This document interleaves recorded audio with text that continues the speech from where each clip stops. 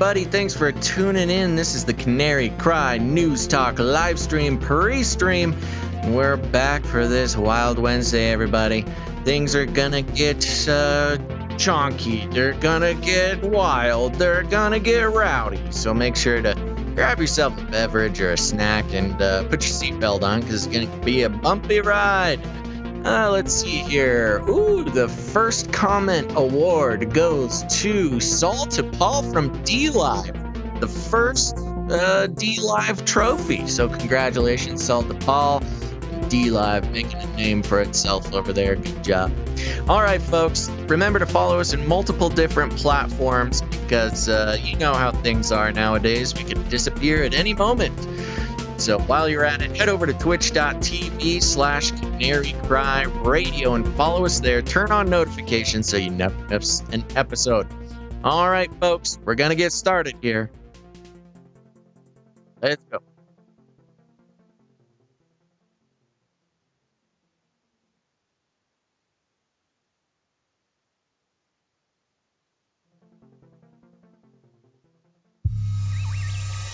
The world is getting crazier.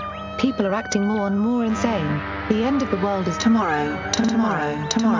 There's only one thing to do when the world is falling apart. Listen to Basil and Gonz as they discuss this week's news and events through the lens of Bible prophecy. You are listening to Canary Cry News Talk. You're listening to Canary Cry News Talk. Today is October 21st, 2020. This is episode 258. And today, gods of this world, with a little g, gods of this world. And that's right, it's my birthday and I'll cry if I want to, but I am your best buddy, Basil. And this is Gonz. Welcome to the podcast where we love Jesus, we love you, and we're in this fight to love ourselves and love our enemies and spread the gospel by being good Bereans and reporting on crazy news. We live in a wild world, don't we? Yes, we do, Gonz. And I really enjoyed your snappy intro. Really did it for me. Yeah. That's right. We're back. Let's see here. Today, if you follow me on Facebook, you will know today is your best buddy Basil's birthday. Ooh. That's right. Yes.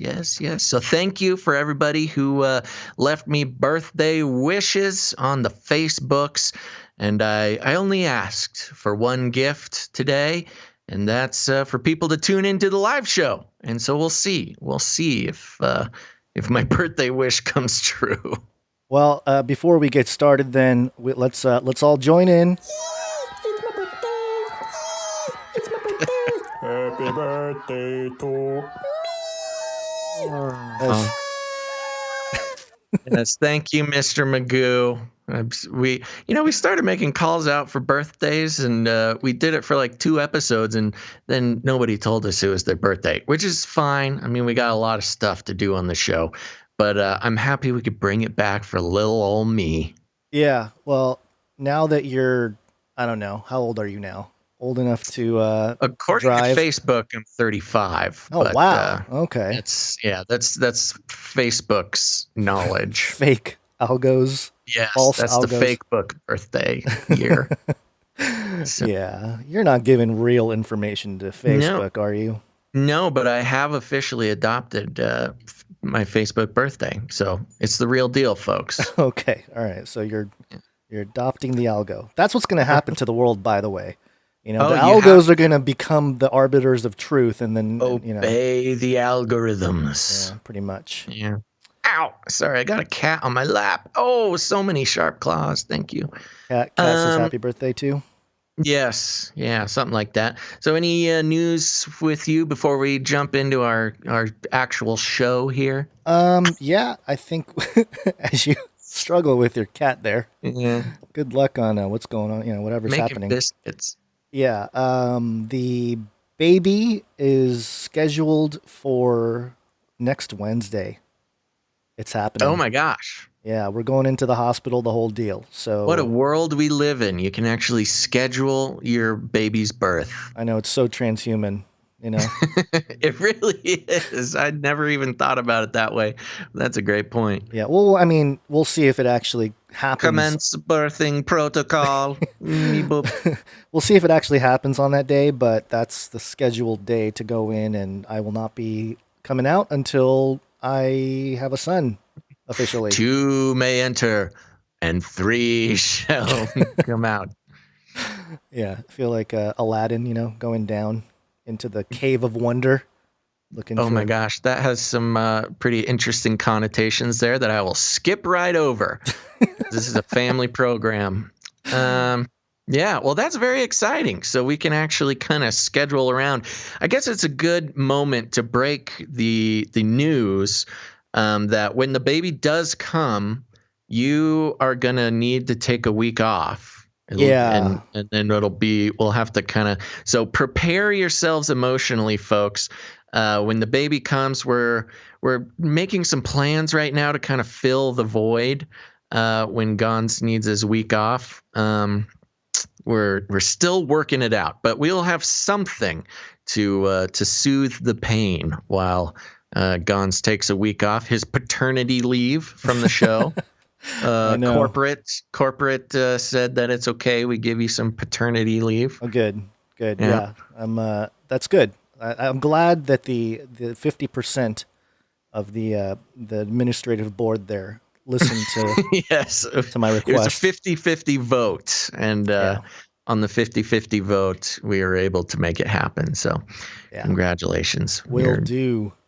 Paid leave. Yeah, I'm just glad podcaster leave. I'm just glad my son and you don't share a birthday. I mean, you'll probably share the same month, which is already, a lot. We can have some big joint birthdays with Nephilim balloons and stuff like that. You know, as I mentioned, when my other daughter was born about 3 years ago, this is the one way to fight against the New World Order is making babies. You know, I mean, they don't want us to have babies.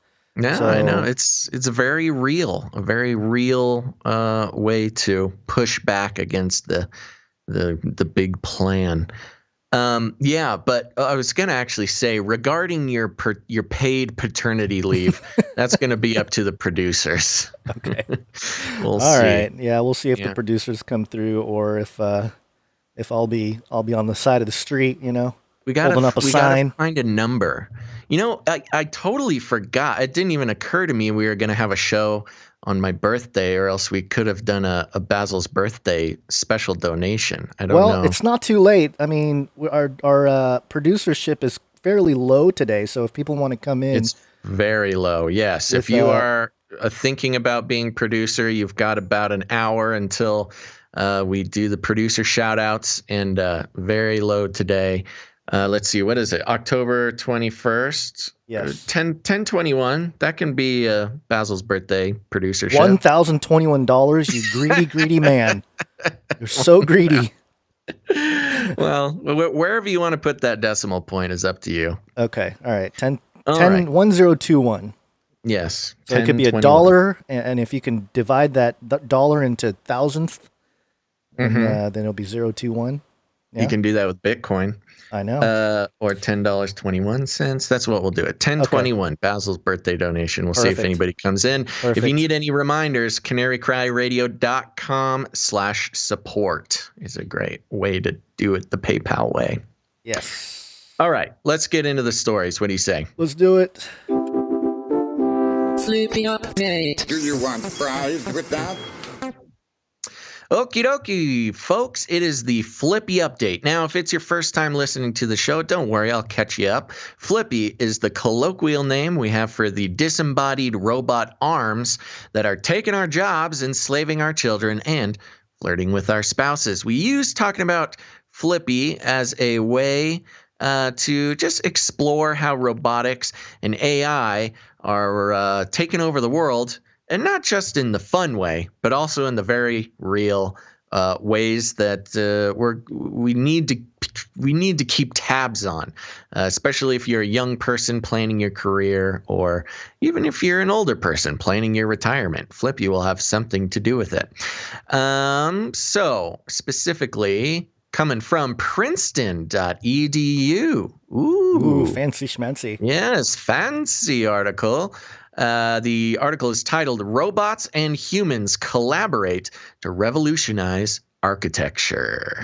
Two Princeton researchers, architect Stefano Parascho and engineer Sigrid Adriansens, dreamed of using robots to simplify construction, even when building complex forms. Quote, "We want to use robots to build beautiful architecture more sustainably," said Adriansens, an associate professor of civil and environmental engineering and the director of the Form Finding Lab. Excuse me.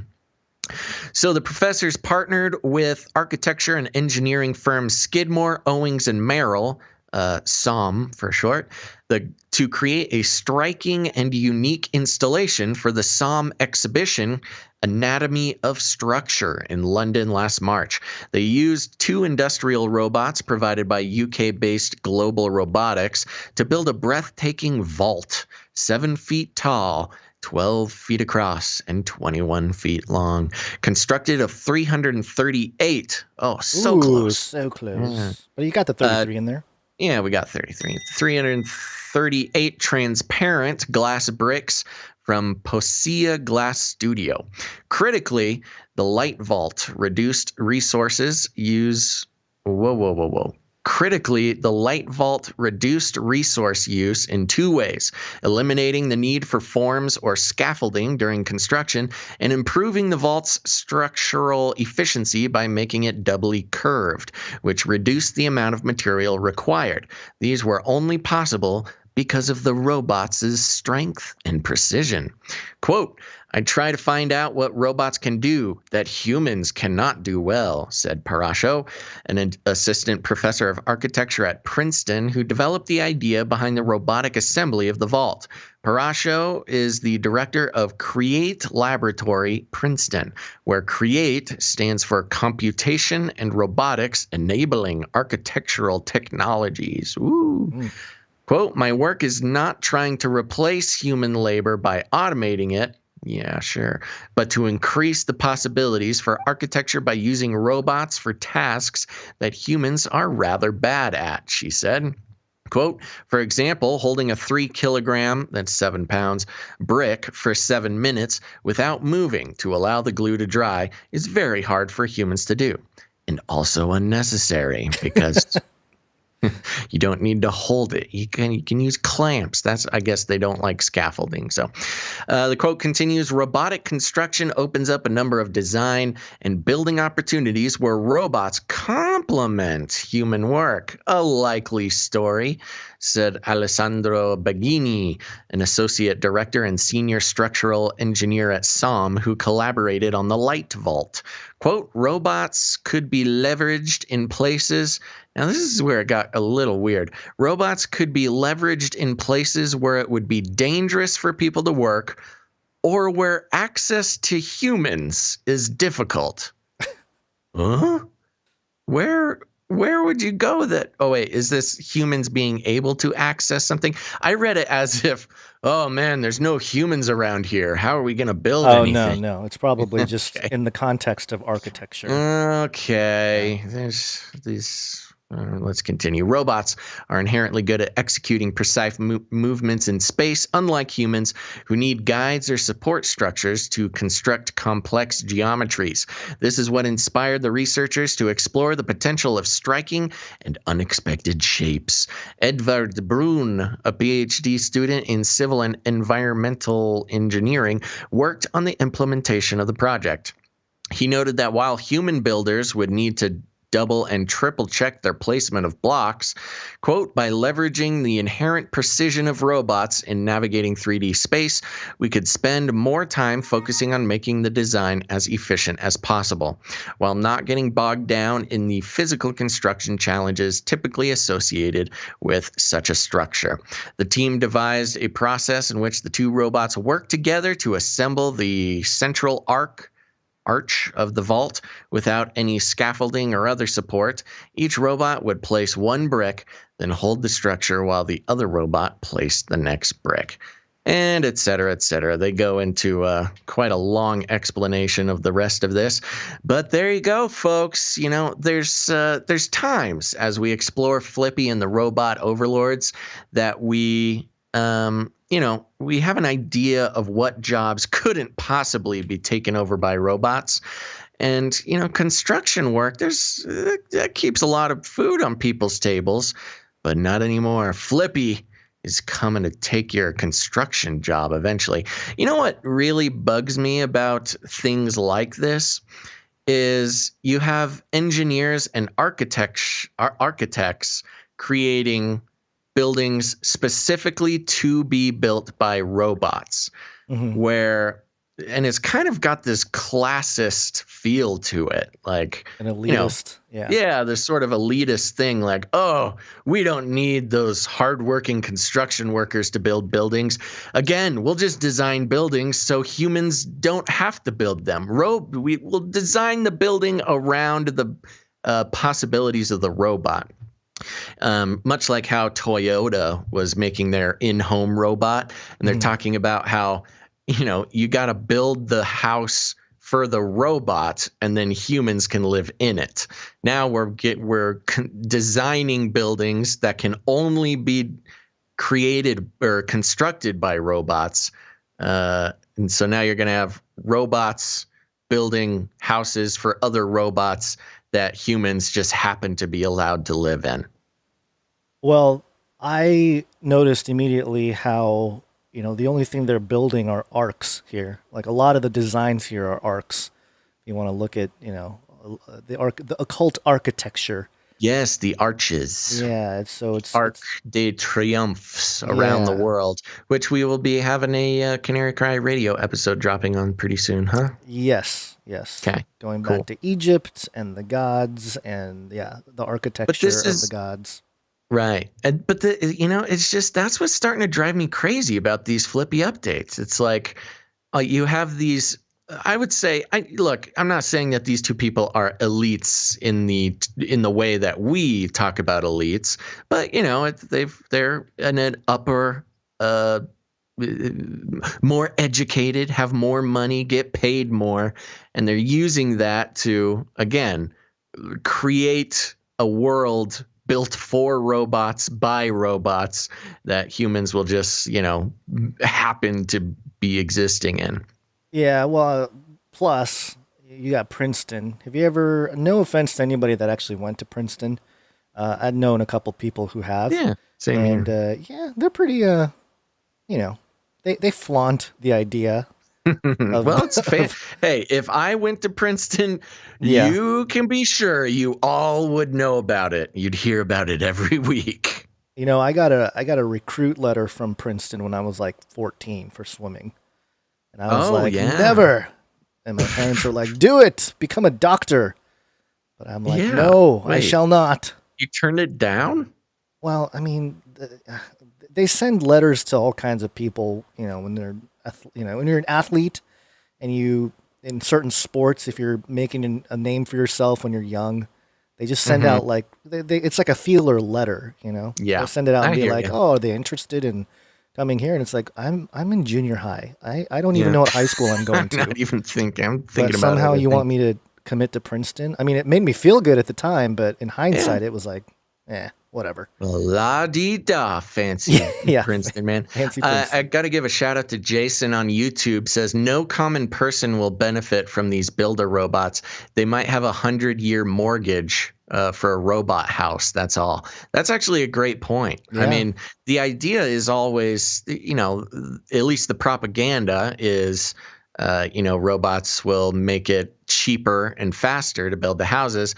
But the problem is that it doesn't always work that way. There's been plenty of examples where automation doesn't necessarily make things cheaper. I mean, even think about now, of course, there's a lot of economic forces involved in that. But, most cars are built, not 90% of every vehicle is built by a car. And car prices have gone up. I saw a breakdown actually of it because a lot of people like to blame it on inflation and stuff like that. In the 70s or something, you could buy a car for $5,000. And now, of course, I would say a moderate car is going to be about 30 grand. And that's not all inflation. Some of it is inflation, but it's also just, people wanting to make money. Right. So we'll see. We'll see. But there you go. If you're planning on making a career in construction, keep this in mind, kids. And going with the theme of the episode here, the Freemasons call their god the Great Architect.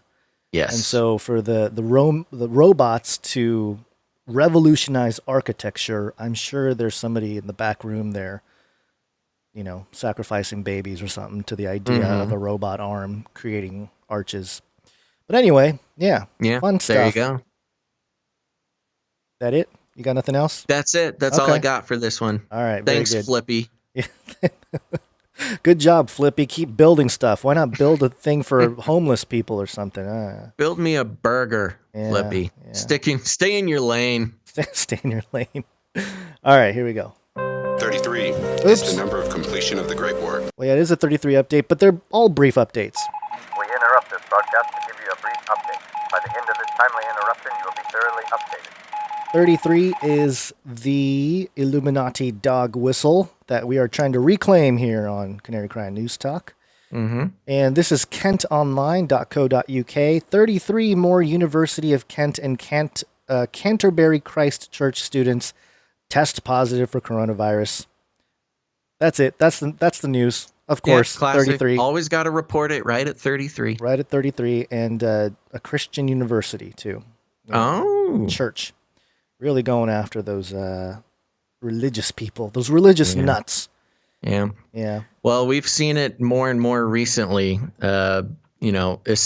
Christian establishments getting wrapped up in, a lot of occult communications, whether or not they mean to or not. Right. So, there's a bunch of 33 updates, and to be honest, I'm getting worn out by seeing like the same thing over and over again. So I'll keep it brief, but I just wanted to touch on one to get the updates going here. Sure. But another update, speaking of the great economic reset. Bitcoin go to moon. Woo! Coming in hot. That was loud. This is Reuters.com. PayPal to allow cryptocurrency buying, selling, and shopping on its network.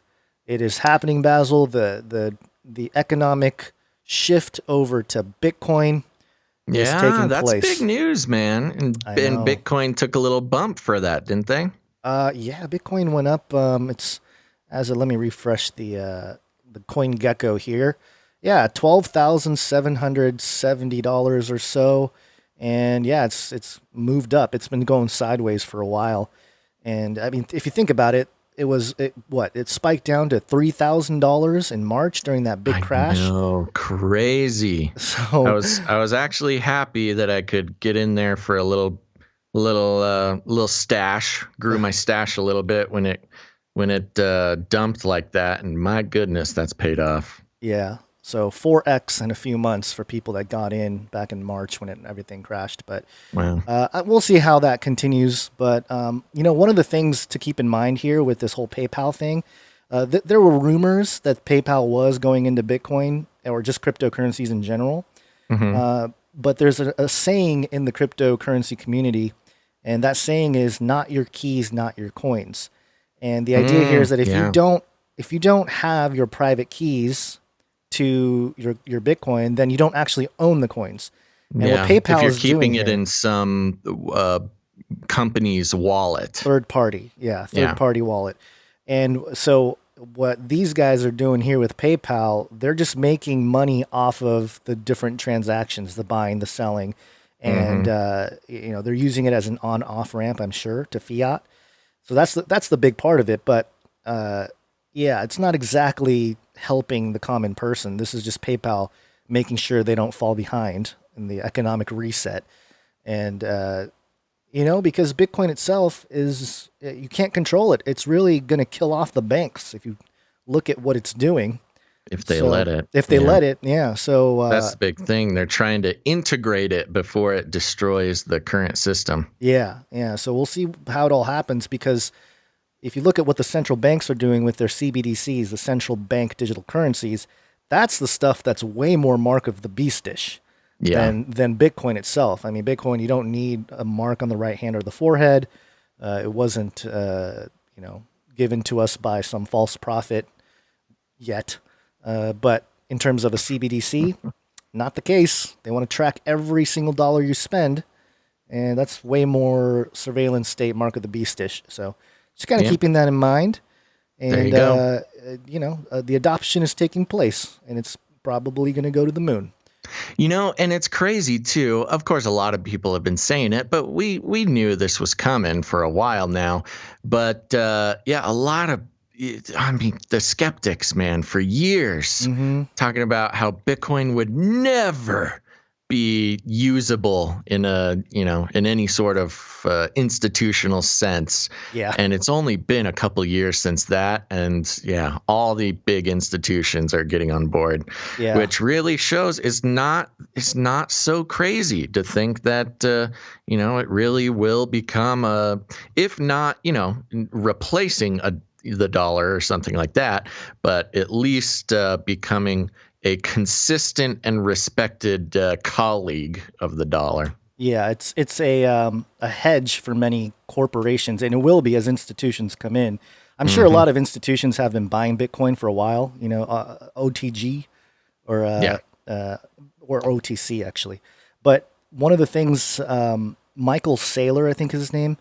He's the guy who runs MicroStrategies, and he came out a few weeks ago and said, "Hey, we just put half of our treasury into Bitcoin." It was like $250 million or something. It was some absurd amount of money. And the way he was thinking about it, he was like, look, we made all this money in some other nation, and he was trying to get the money back to the States, I think. And forgive me if I don't have the details correct for anybody that knows out there. But basically he was like, how much do we have to pay in fees? How much are we the money was draining basically for this, big corporate guy. And he was thinking about, I think he mentioned he wanted to buy what are those big resort boats? Those big ships? Cruise ship? Like a cruise ship, just to preserve the money, preserve the capital. Oh, right, man. Because the money was on fire. And he was saying that there's $5 trillion of money that's like in the treasury department of all these big companies, and it's all on fire. It's all losing its value very, very quickly. Right. And so they need to, if they want to preserve that, then they need to go into something like Bitcoin. And if you think about it, Bitcoin's $250 billion market cap. If it gets to half of gold, each Bitcoin is going to be worth like close to $250,000. So, I mean, kind of a crazy situation here. We'll see what happens. I think we made our predictions a few episodes ago, Basil, but, it's just something to keep an eye on because it is, I think, part of the economic reset, but I don't know if it's exactly what the elite want per se, because it's, I don't think they planned. They'll adapt. They'll adapt for sure. But as far as the people are concerned, Bitcoin was produced to be like a peer-to-peer digital payment, kind of like cash. It wasn't made to be some kind of control mechanism, or at least I think that's what they tell us. But if you look at the central bank digital currencies, or like the digital dollar that's in place or ready to go, those were created as a control mechanism. So we're going to have to decide as people. I mean, we should do it while we still can. They're probably going to try to ban it, but maybe they can't because it's not like gold or silver where it's, it's like a tangible store, you can tangibly store it somewhere. It's just, you can memorize your keys and. Okay, crypto bro. I'm just saying, man. I know. If you're We're all on board. If you're skeptical, you should really look into it because, I know there's skeptics out there. But it's the mark of the beast. You know that, Gons. Don't sell your soul. It's not yet, but okay. All right. Let's I know. let's move on. Okay. This one was fun. This one's for you, Basil. New York Times. Yay. 2,000-year-old cat etching found at Nazca Line's site in Peru. Archaeologists came across the faded feline outline while conducting maintenance work at the UNESCO Heritage Site. And for those of you watching on the screen, I don't know how they missed this Oh my before. gosh, is that real? That's what I thought. I thought it was fake too, but apparently that it's looks like real. a troll, man. That's crazy. Yeah. Yeah, if you know, for those who are just listening to the audio, you know the Nazca lines, the big, I don't know, they're like a kilometer big, some of them, etchings into the ground where allegedly either aliens or indigenous peoples took the time to make giant pictures of things, so I don't know, the gods or aliens or somebody could enjoy their pieces of art. And this one's on the side of a hill, so you can see it. That's the thing with the Nazca lines. The people you couldn't discover them until you had airplanes, because you got to see them from way high in the air. Right. This one is just on the side of a hill. On the side of a hill, and it's got like a staircase next to it. How did they miss it? Were they like, oh, check it out? Wow, didn't notice it before. Giant cat. Ever see that? It looks like a kindergartner drew a cat. But anyways, that's fun. They really just discovered that, huh? Apparently. The cat-like geoglyph, which experts say dates to 200 BC to 100 BC. So before Jesus was on the earth, somebody drew this cat on the side of a hill. Wow, maybe they really are the aliens, man. It's somebody saying Mandela effect. Yeah, it's possible. Really changing it up. Mandela effect. Whatever. I say Mandela. Okay, that's cool.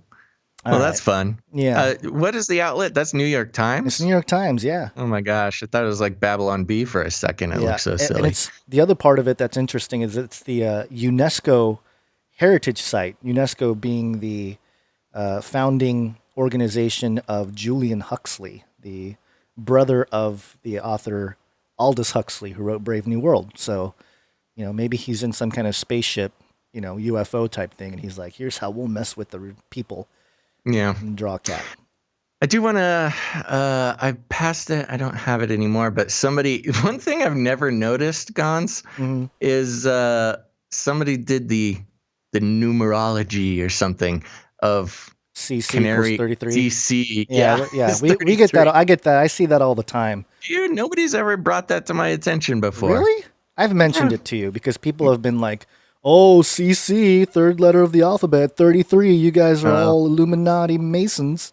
You caught us. I know, except we're not Canary Cry. We're Canary Cry Radio and Canary Cry News Talk. So what's R? I don't know. Somebody in chat will figure it out. It was like 16 or 17 or something. Anyway, there you go. Happy birthday. They drew a cat 2,000 years ago. Sweet of them. They did it for you. That's so nice of them. Thank you very much, Nazca people. Nazca lines. All right, here we go. Another one. This one is a Called It article here. Called it. We talked about the Streisand effect a few episodes ago. Mm-hmm. And now Zero Hedge came out with a headline, Streisand effect, Twitter ban on Biden laptop scandal nearly doubled visibility according to MIT. And I'll just read a paragraph here. Twitter's Orwellian decision to censor the Hunter Biden laptop scandal published by the New York Post completely backfired, nearly doubling its visibility according to the Massachusetts Institute of Technology and media intelligence firm Signal Labs. And if you are unfamiliar with the Streisand effect, it was named after Barbara Streisand's 2003 attempt to suppress a photo of her Malibu, California residence by trying to sue a photographer for $50 million over the aerial photograph. Before Streisand's lawsuit, the photo had only been downloaded from the photographer's website 6 times, 2 of which were Streisand's attorney. Once the story went viral, however, over 420,000 people visited the site over the following month. The lawsuit was dismissed, and Streisand was ordered to pay $155,567 to cover the photographer's legal fees. So that backfired big time. But yeah, we talked about that. We talked about how a lot of this Orwellian banning stuff, it's messed up, but also it creates this effect. I mean, the controllers have to know that this effect is taking place. Well, and that's the suspicious thing about it, because you get so worked up about, one gets so worked up about censorship and Twitter banning a story, Facebook banning a story. But the Streisand effect is a very well-known phenomenon. and you know that they know about it. It almost makes me wonder if they're like pretending to defend, the liberal candidate, but they know Streisand effect will take hold, and more people will be talking about it. Yeah. I don't know. There's kind of an old switcheroo way to think about it.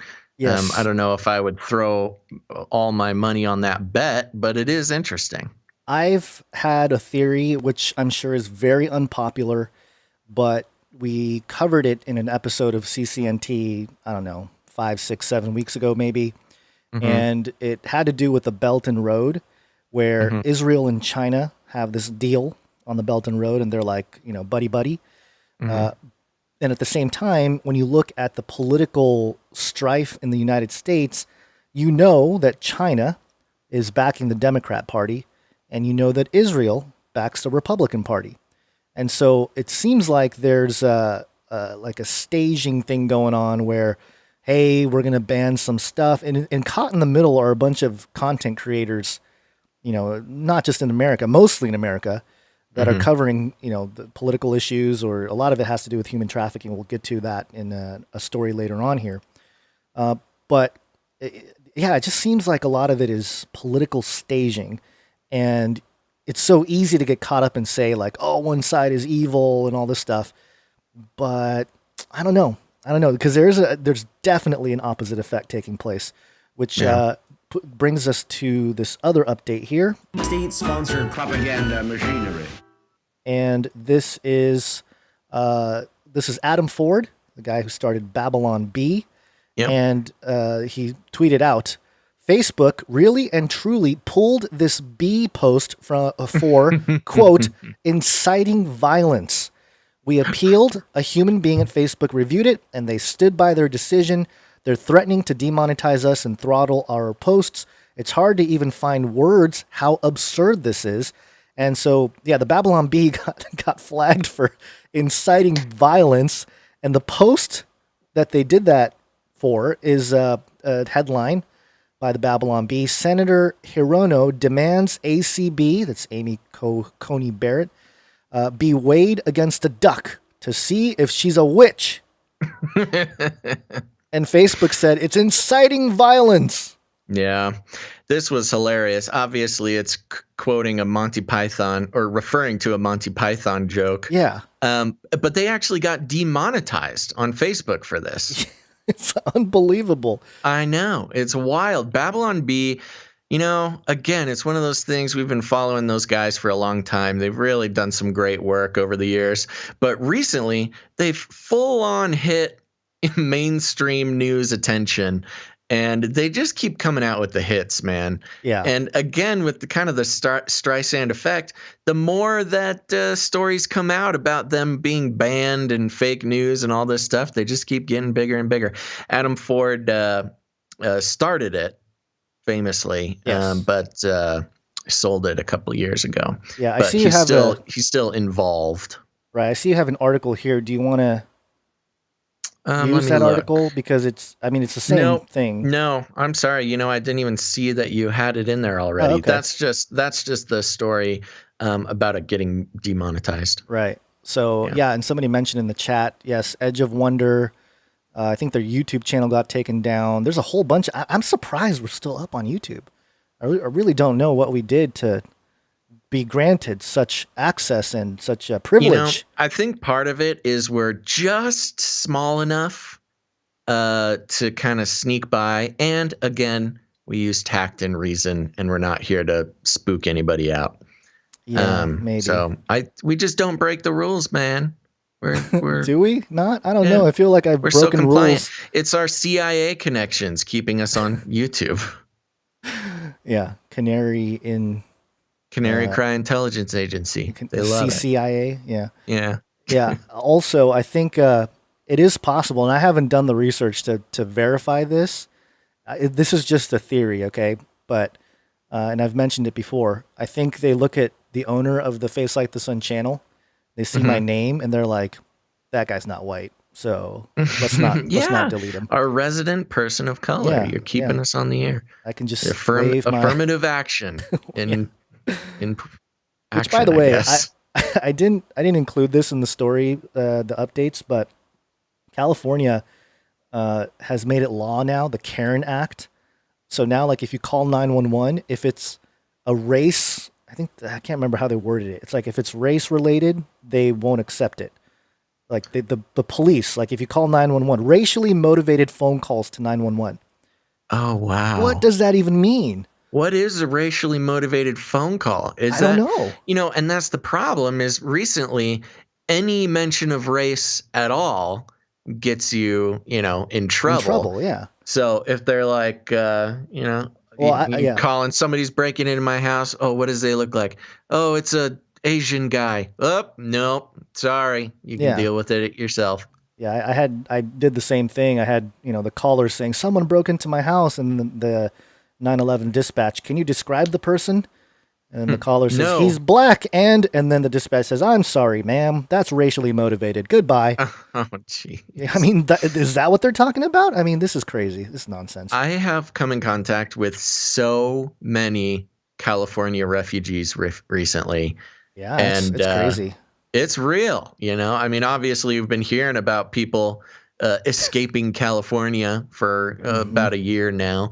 But in the past week, it's like every new person I meet is from California. Yeah, there's a lot of, everybody, obviously Joe Rogan being like the most popular probably, but a whole bunch of people, some YouTuber named Grant something is like a young rich guy. Yeah, going to Austin, but there's a whole bunch of others. I think Ben Shapiro left, and there's a whole bunch of people leaving. So, it was going to happen. I would love to leave, but got to convince the family. Not as easy to do. Yeah, that's crazy, man. You're stuck. You're stuck, man. But part of me thinks when everything crashes, I'll be here to pick up the pieces, and then I will own California. That's not a bad point, especially in the LA area, where it's just like so outrageously impossible to own anything. Once everybody leaves and things crash, you'll be perfectly positioned to become LA's new slumlord.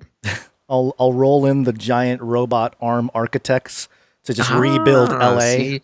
Now you're thinking. Build all those homeless people's showers, It'll just be, I'll be like some kind of California savior figure. Yeah, that's great. Blasphemy. All right, let's get into the actual stories. It took us like 40 minutes to get through the Flippy update. I'm sorry. I try to get through stuff quickly, but, I get caught up. No, it's okay. It was all good stuff. All right, here we go. Let's talk about whack jeans. Vaccine.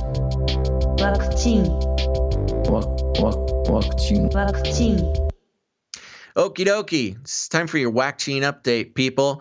Coming from Reuters.com. Wink. The article is titled AstraZeneca COVID-19 Vaccine Trial Brazil Volunteer Dies. Trial to continue. Ah! Oh, they changed the headline from when I had it. Did they? What did they have it when you had it? It's similar enough. AstraZeneca COVID-19 vaccine trial volunteer has died, Brazil health authority says. So yeah, it looks like they updated it to say the trial's going to continue. Yeah. Of course, when it's happening in Brazil, they don't mind just keeping on going. When somebody has an adverse effect in America, they shut it down. And this is not to say anything against Brazil. I'm just talking about those racist pharma companies. They don't care if brown or black people get hurt by vaccines. It's just unfortunate. Yeah. Not even trying to make a point. Here we go. The article reads, Sao Paulo, Frankfurt, Reuters.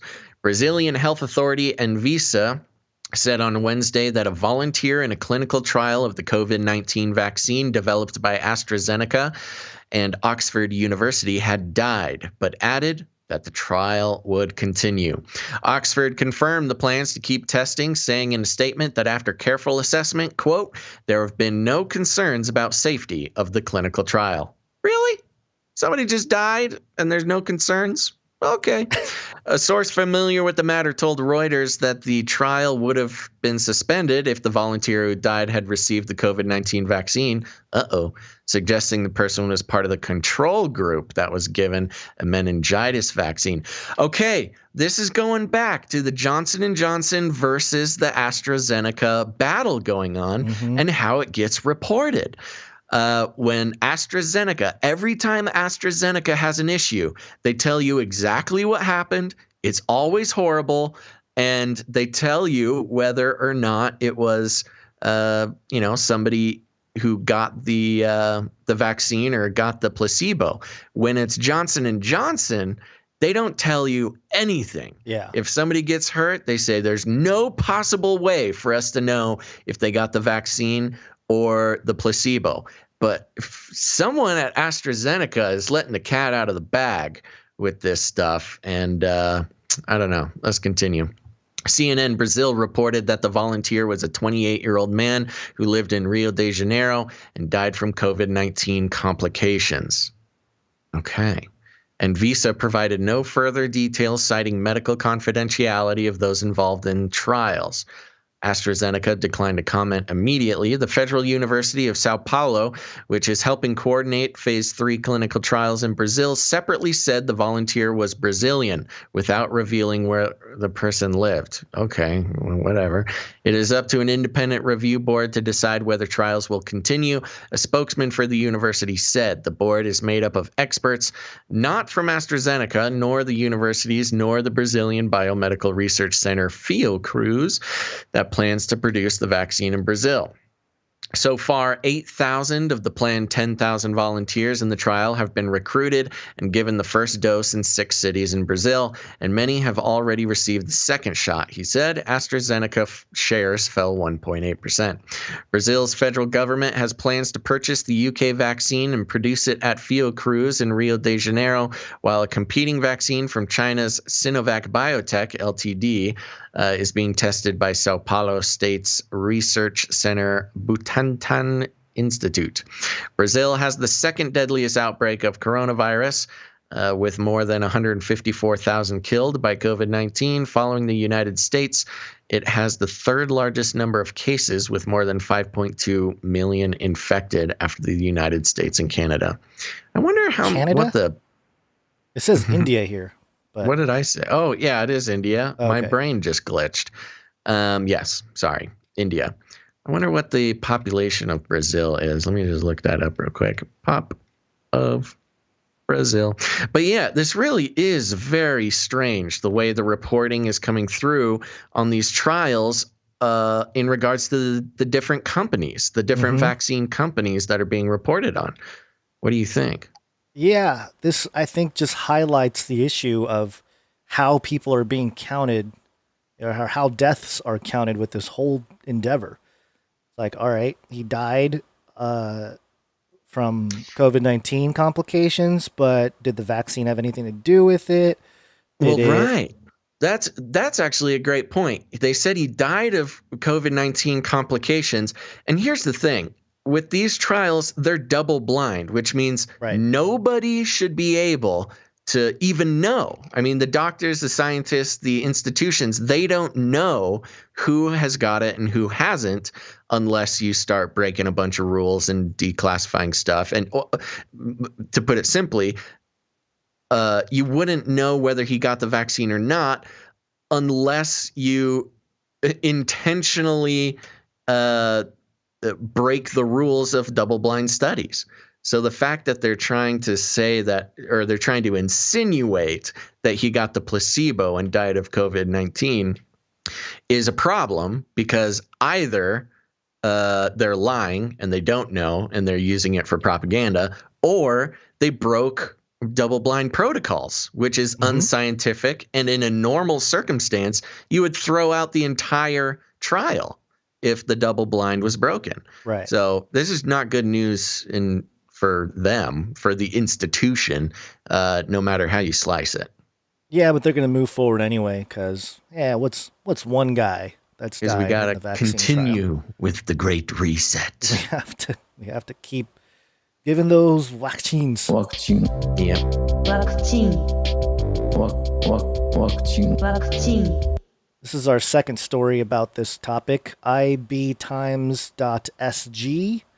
that's International Business Times. Vaccine fear in South Korea. 5 people die, including 17-year-old boy, after taking flu shots. And it's tale as old as time. Yeah, I know. 5 South Korean people died after they took the flu shots in the past week, said the authorities. This unexpected incident has raised concerns over the vaccine's safety, just as the seasonal vaccination program is expanded due to the coronavirus pandemic. As per the local authorities, there was no reason to believe that the deaths were linked to inoculation. However, an investigation, including the autopsy, is underway. The Vice Health Minister Kim Gang-lip said that, quote, "It makes it hard for us to put out a categorical statement." All right, or at least that sounds a little more honest. Yeah. Like, we don't know. The victims of this incident include a 17-year-old boy and a man in his 70s. The boy died on Friday, October 16th, which was the first death noticed by the officials.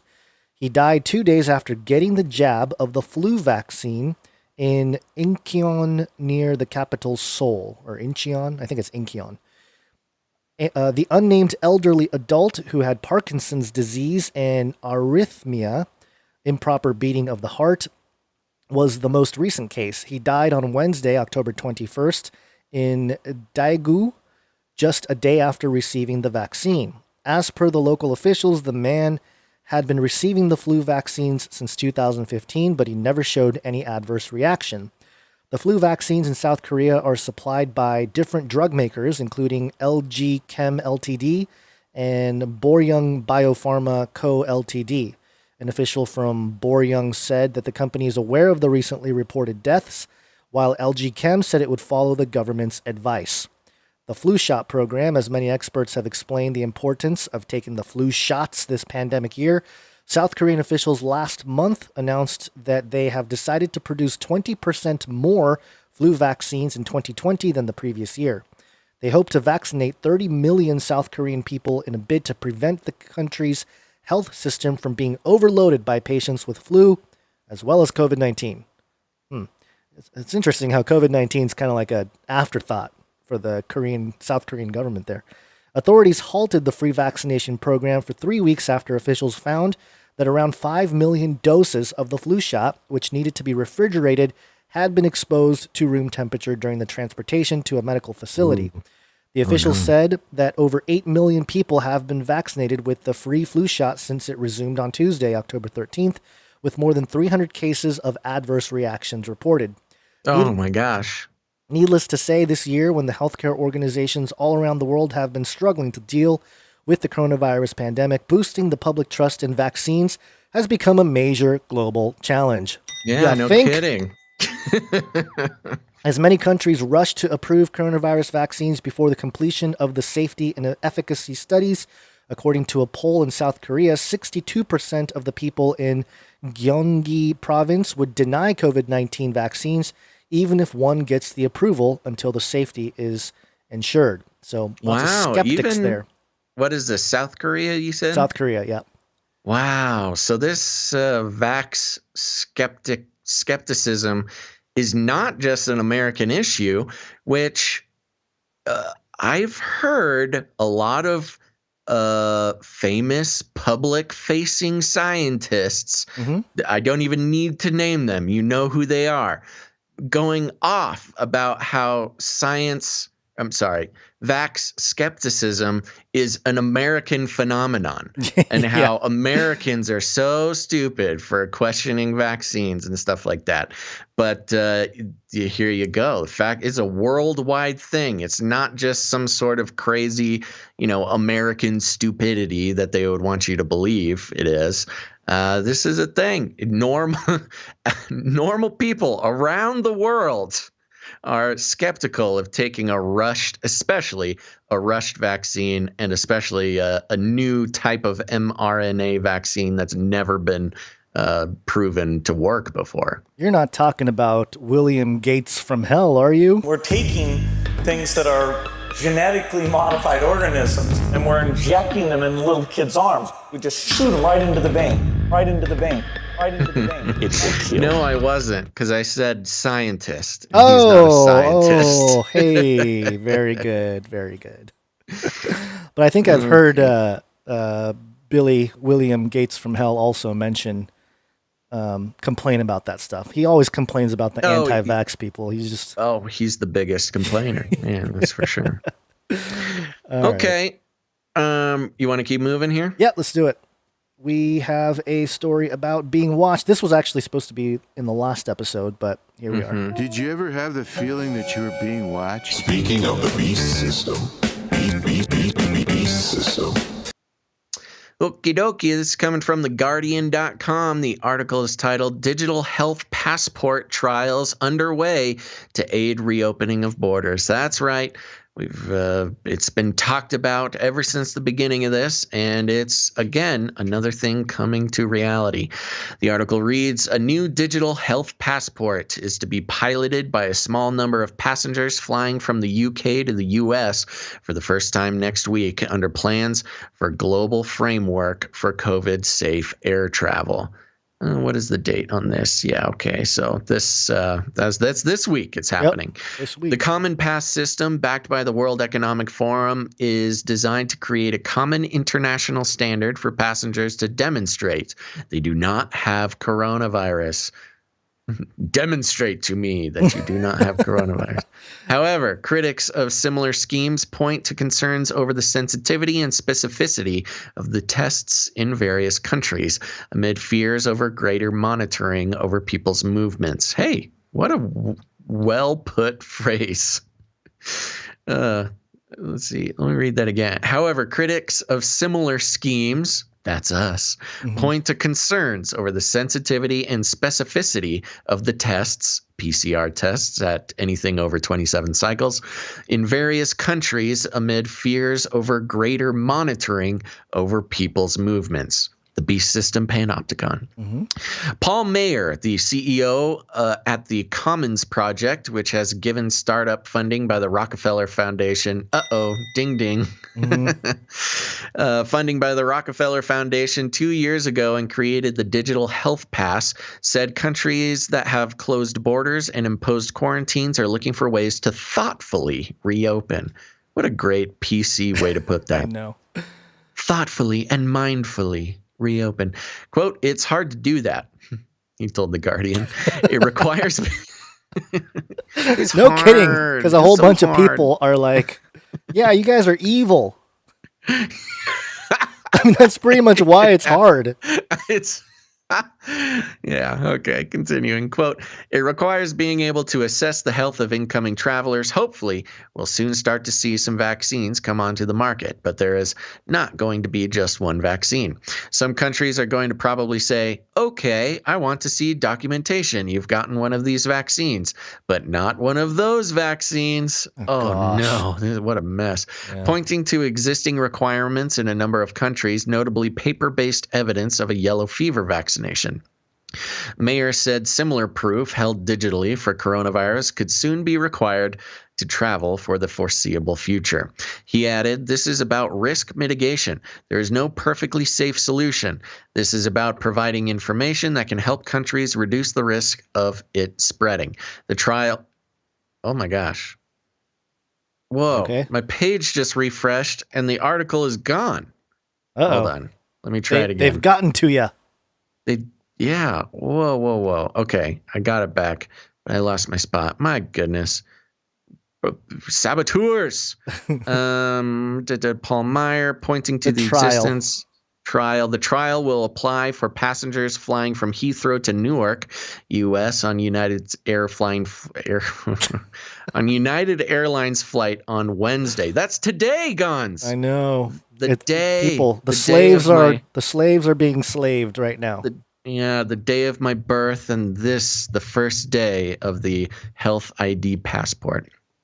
Tests from the private testing company Pronetics will be administered by the Travel and Medical Services from Collinson in COVID-19 testing facilities set up with Swissport. There's a bunch of words I don't know. It follows a pilot by Cathay Pacific on flights between Hong Kong and Singapore. However, the test used generally in the UK is not a test of infectiousness, experts have said, as it does not distinguish between those who have the virus and are infectious and those who are no longer infectious. There have been many false results as a consequence. Wow, what great reporting on the Guardian's part here. No U.S. outlet would mention that there could be anything wrong with the tests. Yeah, well, the Guardian is a little. I think they're right-leaning. They're a little, they're a little off-center for sure. Yeah. There is no suspicion that such schemes could provide a way into greater monitoring of people's movements and health statuses. Sorry. There is also suspicion that such schemes could provide a way into greater monitoring of people's movements and health statuses, a paper published in The Lancet on Friday said. However, it added, they can facilitate safer movement and the privacy concerns are neither unique nor insurmountable. Common Pass confirms a traveler's compliance with U.S. border requirements after a test at the London airport up to 72 hours before travel, along with the completion of a health screening questionnaire. A QR code that can be scanned by airline staff and border officials is then produced in the event of a negative test. The process of securing a refund for the flight after testing positive was unclear. Common Pass will be paid by airlines for the service. Oh, interesting. They're actually thinking about figuring out how to give you a refund if you happen to test positive.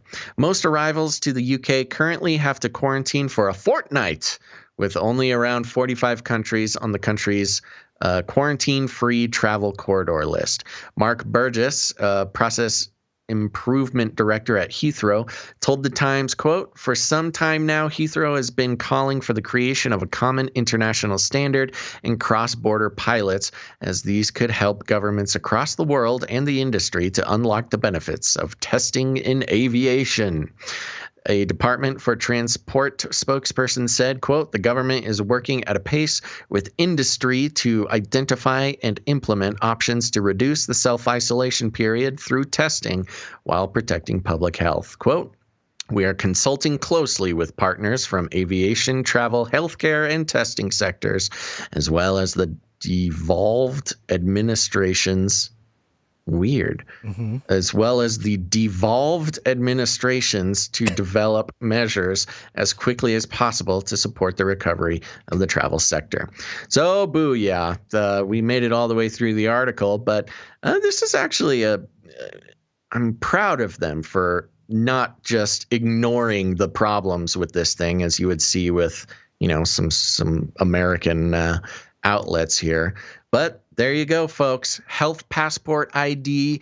It is being compared to, for instance, if you go over to Africa or anything, you got to get your yellow fever. You get this little yellow card, and you got to show that to be able to be let into the country.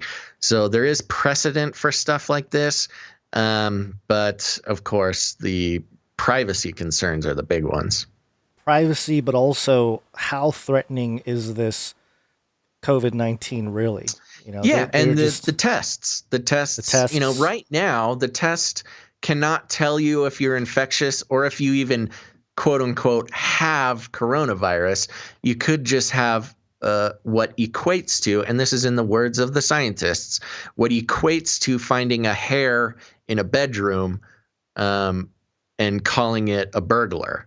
Right. Same thing with these PCR tests. You can find a fragment of coronavirus DNA, which allegedly, if you listen to, depending on which scientists you listen to, if you spin the PCR test at higher amounts of cycles, everybody will test positive for something like this. Right. Yeah. The other thing that's interesting is that we talked about Clear, the company Clear, that pivoted from being sort of a biometrics thing to more of a or not biometrics for flights to just in general digital identification. Yeah. And now we have this Common Pass trial here. It's going to be interesting which companies is going to win out worldwide in terms of who gets to be the actual digital arbiters of your Right. health or your truth. Because, if Clear is like, no, he doesn't have anything, but then Common Pass is like, yes, he does. What's going to happen? There's a conflict there between the two different digital ID databases, so I there's don't going know. to be some corporate espionage involved, I'm sure. Yeah, so very interesting. Just got to keep an eye on this. We knew this was going to happen, but I just, the part that's really infuriating is very much like what happened at 9/11 when, after the towers went down and everything. The airports are really what started the big lockdown and taking Right. away our freedoms and all this stuff. The same exact thing is happening here. And we knew the airports were going to be a major thing in terms of travel, people going to different places. And there's just no way to fight it back. There's nothing we can do, or at least it seems like there's nothing we can do to really stop this. It's like, can they have just like an airline or an airport, just some private company come out and be like, yeah, we don't really care too much if you have the virus or don't have the virus. We don't care. And Yeah. And interestingly, in the aviation industry, much like a lot of other industries here, you have industry leaders. And, it's kind of whatever they say goes. Everybody else has to kind of adapt to an industry leader. Right. And that's kind of what it is with Heathrow.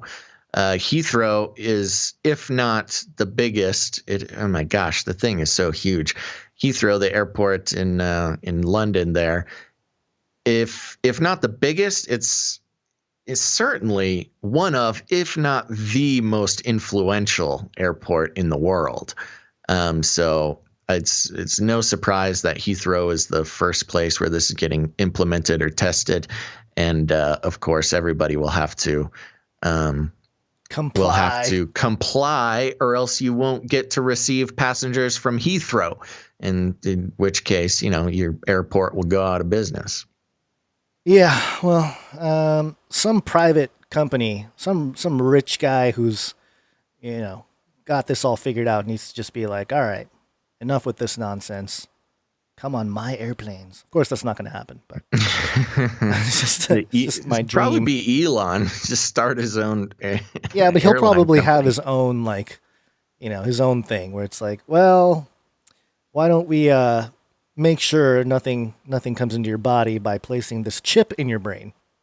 Yes, you must become cyborg. Yeah, it's not any better, but yep, all expected, Okay. all part of the unfolding of the New World Order, and I'd say that this is moving right along with many of the prophetic passages we read about, so nothing too surprising. Although, Daniel, the book of Daniel talks about people will go to and fro, and, certainly, and knowledge will increase, and biblical knowledge, but also, maybe this is all part of it too, that people will go to and fro even more now under this watchful eye of the New World Order. Yeah, there you go. Yeah. All right, Gonzo, are you ready to take a short break? Short break. Whee!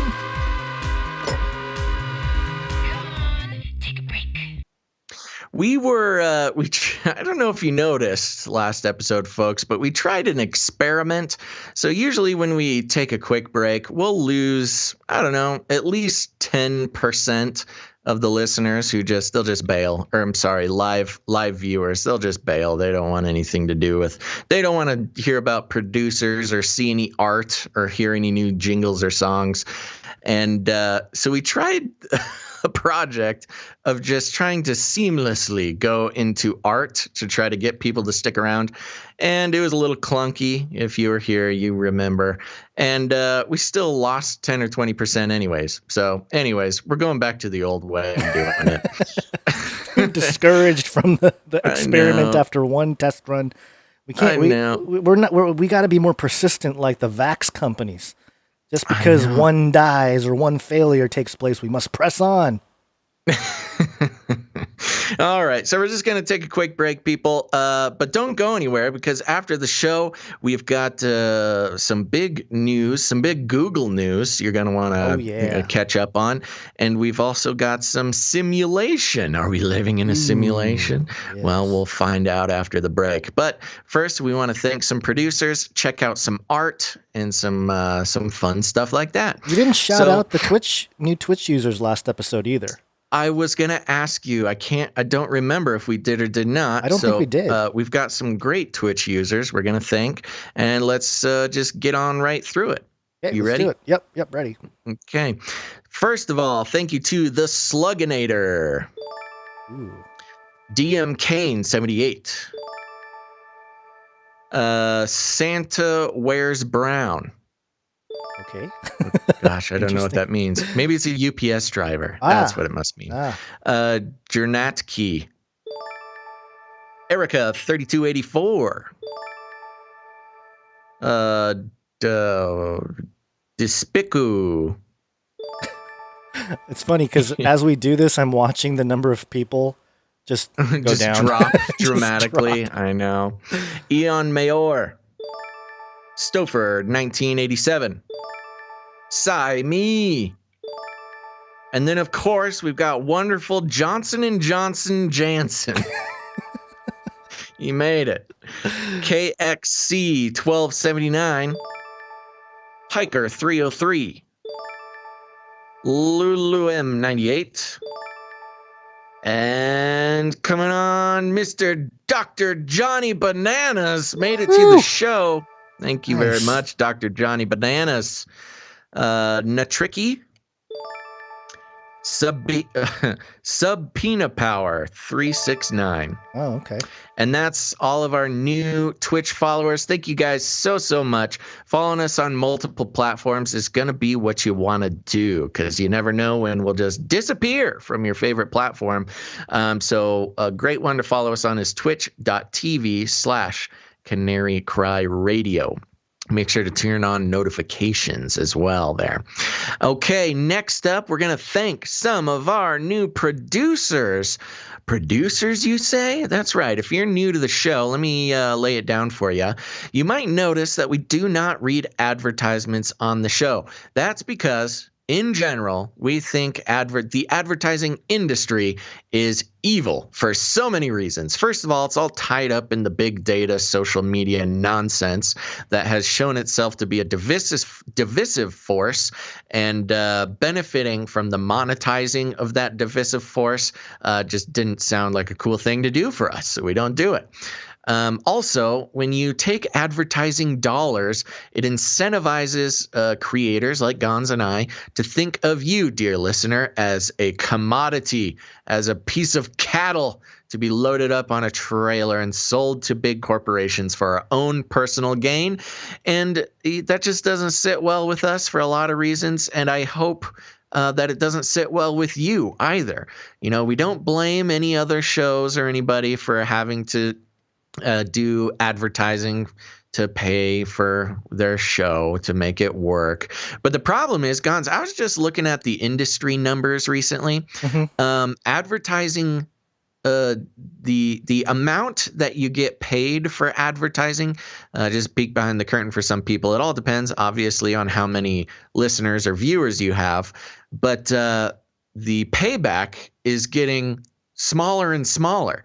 You can actually make less from advertising today per 1,000 listeners than we did when we first started podcasting. Really? It's back down. Yes, the prices have gone way down. And so now you're advertising to more and more people and you're getting paid less and less. And that's what happens when you let big corporations set the price for the value of your content. So we didn't think we wanted to let corporations set the value for our content. And instead, we work on the value for value system, which is we put out a show, we do it consistently, and we like to think we do a pretty good job.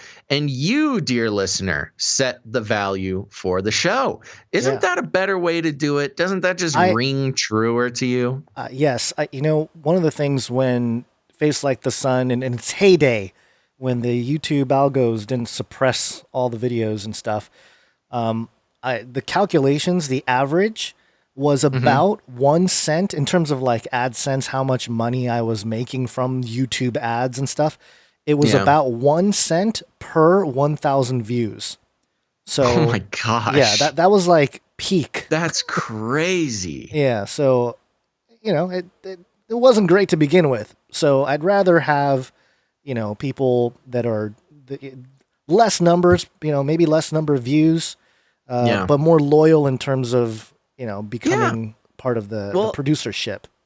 And, now since we're going off script a little bit, I do want to say that for both of us, Gons, not to say that we never consider the amount of downloads that we get across all our platforms. We still kind of track those numbers. We do. But because we're not beholden to advertising to pay for the show, it doesn't matter in the way that it would otherwise. You know, if we get whatever 1,000 less views or downloads this week, that doesn't mean that we're worth less. You know what I mean? It's this great disconnection from the global theology of economy and advertising. And it's very healthy. It's healthy for our brains. It's healthy for the show because we're also not beholden to being brand friendly. We certainly couldn't talk about a lot of the things we talk about if we were taking advertising dollars. And it disconnects us from the anxiety of like watching every single download number and worrying if it goes down. So anyways, that's why we're on the value for value model. We put out the show, we create some value. If you get any value out of it, whether it be entertainment or education, analysis, whatever it is, or just news that you wouldn't hear anywhere else, that's value, and you get to put some value back into the system. It's an investment, not just in the show, but it's an investment in your own media future. Because as long as the value for value system keeps working, the show will keep working as well. And you get to make the choice. Do you want big advertisers and corporations to tell you what media has value, or do you want to vote on what media gives value? And that's why we do it. And coming up here, we're going to thank some producers who voted for keeping this show going. And we call them producers because this is the real world. This is not just charity. This is not just, a lot of people like to, there's always one. Stop begging for money, Basil. You're such a beggar. No. That's not how this works. And if you don't get it, that's fine. You can still get the show for free if that's what matters to you. But for those who join in to help keep the show going, invest in their own media future, they are producers because it's the real world. If you pay to keep a show going, you are a producer. Just like Hollywood, you can put it on your LinkedIn, you can put it on your resumes, give them our email address, and we will vouch for you. Okay, so one of the easiest ways to support the show is to head over to patreon.com/CCNT for Canary Cry News Talk. And it was a slow week over there, Gons. Yeah, we had one come in, though, during the episode. Yes, we did. I see you put it on the list. So our one Patreon producer, give it up, folks, for our new producer, Sarah. Thank you very much, Sarah. Thank you, Sarah. Producer Sarah in the house.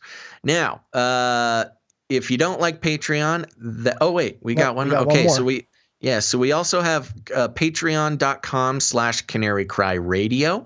For those who don't know, Canary Cry Radio is our original podcast, still up. You can search for it. It's our interview style show, but we give producers a shout out here as well.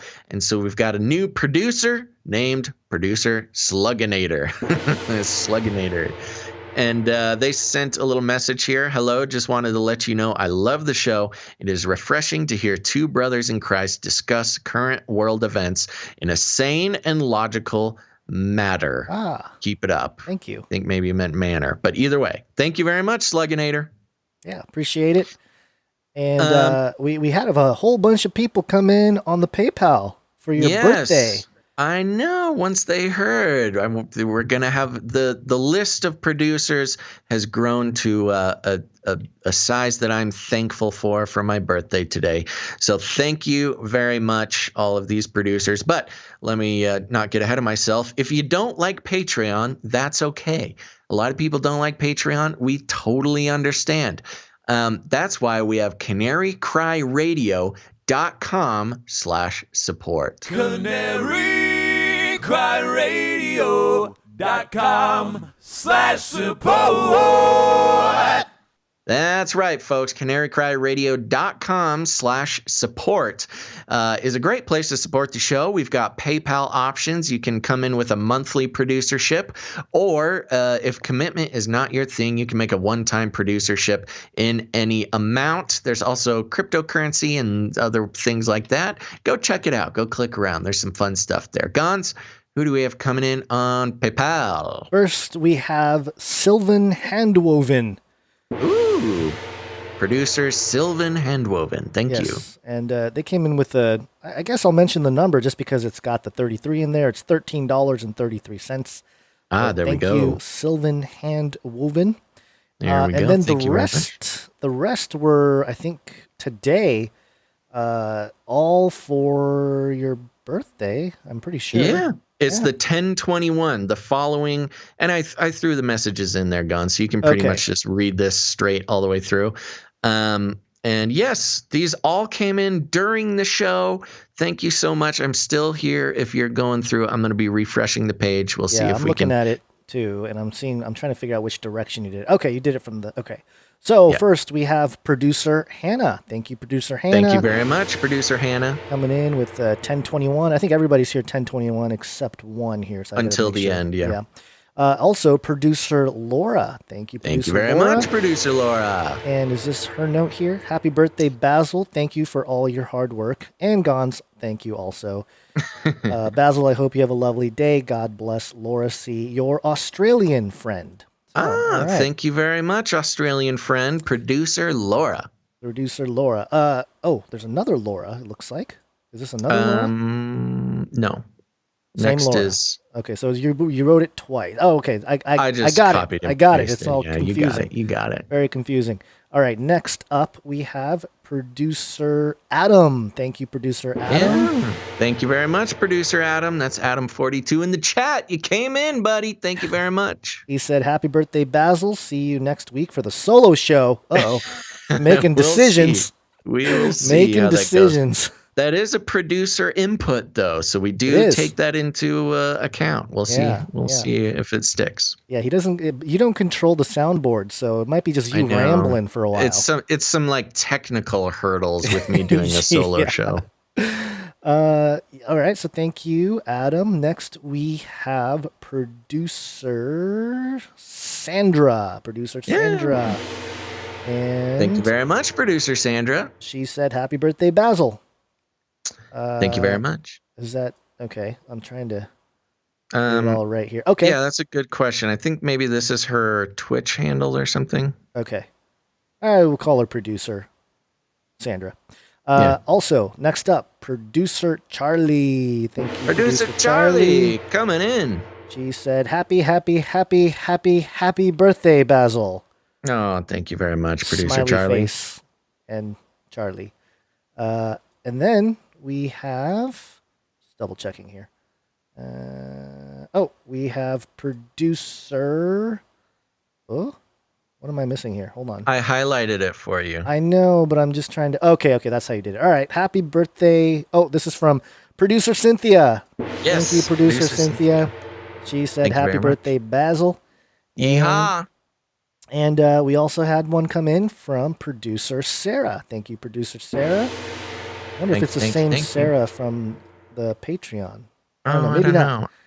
But producer Sarah, this Sarah, came in with $33.33. So, the 33 producer. Yeah. And the note from Sarah, I have been listening and learning from you guys since 2015. I appreciate you for all you do. God bless your new baby Gons and all your cats, Basil. So there you go. Thank you very much. I think, is that it? Yep, that's it. Yeah, let's do one. one quick refresh here, see if anything else came in, just so we don't miss anybody. I think that is it. Thank you to all the new producers. If somebody else has come in, we will obviously be reading them next week. They just have not hit our email box yet. Next so episode. Thank you. Yes. Your time thing is just so off. I know. I still haven't gotten off the fact that we do more than one episode per week. Yeah. My brain is still stuck in 2019 world. I guess. There are other ways to support the show with your producership. You can send us crypto, canarycryradio.com/crypto. We didn't have any crypto come in today. And the other way to do it is with your talent. You can send us jingles, music, songs, all pertaining to the show. Today, we don't have any jingles. However, we always have a good amount of art. One art, please. And our first artiste producer, Ali. Ali. You're going down, Olstein. The Unmasking. This is she changed it up a little bit. She used I got a note here from Charlie, who said, "Yeah, this thing is cool." Ali spent yesterday drawing this and wanted to share it with the Canary Cry community. It is her first drawing with colored pencil on black paper.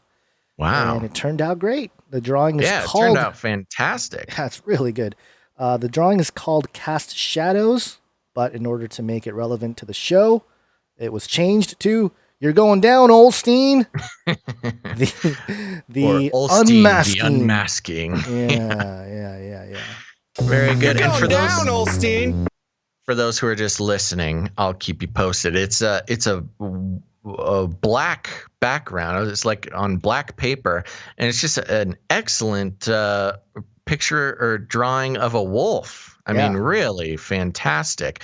Now, remember, everybody, if you're listening, you can check out the artwork at canarycrynewstalk.com. In the show notes, we have all the art in there as well. So if you want to catch up visually, that's the way to do it. But yeah, Ali, really, really good. This is beautiful. Yeah, it's really, really good. It's almost I feel like this can be. I've seen shirts with this type of like wolf on it, but this has much deeper meaning, obviously. I know. I think I have a shirt from Alaska that has. That's what I'm thinking. Yeah. So very good. Thank you, producer Ali. As usual, Gazel and Bonds in the chat. And next up, Jay Vela. Woo! The writing is on the wall. Dark days ahead. Yes. And in classic Jay Vela fashion, we've got. I like to think Jay Vela is the Denver airport artist? Yes, non-occultist Denver airport artist style. Always a very intricate sort of collage of things. And in this one, we've got, let's see, I'll start from left to right. We've got some symbolism with a hangman's noose and a guillotine right next to a flippy bot inserting a chip into somebody's head, Mark of the Beast related, I'm assuming. We've got a little FEMA camp down there on the left with a depiction of somebody alone in a cell. We've also got the classic hooded figures. What it looks like in this one is that binary code on the face of the hooded figures looking down on the earth there. And in the middle, again, we've got the hooded figures with gas masks controlling the masses. They've got their chips and the martyrdom. Yeah. We've got the martyrdom of those who did not take the chip, not getting on the bus here for the re-education workforce program. Dark days indeed. Thank you very much, Jay Vela. And as always, beautiful work. Yes. And if we ever make our own airport, Jay Vela is going to do all the crazy we'll need murals. To start Canary Cry Airport, and you can do the murals. Yeah. No biometrics here at Canary Cry Airport. You don't even need a license. You got guns? Yeah, bring them on. Oh boy, that's going to be wild. All right. Thank you, producer Jay Vela, per usual. And there was one more I wanted to share because it's just it's a really good piece of art. This one is called Rise of the Nephilim, and this one's by Luke. He's the one that runs BeholdYahweh.com, and he does this 3D graphics, and it's pretty amazing. If you've, I don't know how to really even describe it. It's 3D. May I attempt? Do it. Do it. So it's an excellent piece. It reminds me of like some video game concept art. Right. He obviously puts a lot of work into these. And in the foreground, let me see. Let me make it bigger. Oh, yeah. In the foreground, you've got some chimera, some giant chimera. Looks like part human, part lion, part scorpion. And there's some anguishing masses around them. And it looks like a Moloch, a version of a Moloch statue being worshipped by. It looks like people are being forced to worship Moloch. And you've got some banging drums and loud trumpets. And in the distance, you've got some giant Nephilim rising up. Very spooky looking guys. One has, 4 arms. Another one has a bull, looks like a bull's head and some wings. Another just a giant, scary horned man. And very good. Oh, wow. Off in the distance. Look, I can make this as big as I want in the VR world. I'm just flying into it now. You've got some pyramids off in the distance. Mm-hmm. Really good. He hits all the notes of the rise of the Nephilim. Yeah, the hybrids there in the front, where the little, the humans are all worshiping, those are the scorpions that come out in Revelation 9 out of the abyss. Yes. They have the long hair, they got the scorpion tail, the whole deal. So yeah, I think that's what's going on here. Yeah, but his name's Luke? His name's Luke. Check out BeholdYahweh.com, and we'll maybe, schedule something to talk to him about what his whole project is all about. Yeah, I'd love to learn. He's got a great career ahead of him. Even if he just went into video games or, movie concept art or something. But I like it when people got their own thing going on too. Yeah, absolutely. Very good. Thank you, producer Luke, and thank you to all of our artists. Is that all? I don't want to skip ahead. That's it. I think that's it. Okay. So thank you to all of our artists this week for producing some content for the show and very special stuff too. Remember, you can take a look at all the art on CanaryCryNewsTalk.com in the show notes. And I keep talking about how I'm going to be posting the art on social, and I just keep forgetting. So I need to put that on a list. But I will be doing that. I realized, Guns, we have not been posting on our Instagram for about a year, maybe more. And now that we get art every week, I need to be posting these on our Instagram. Yeah, get on that Insta, bro. Come on. I know. I got to get on the Insta, the IG, as the cool IG boomers call it. I've never used it at all. Like, I have an account there, I think, but I never use it. So I know.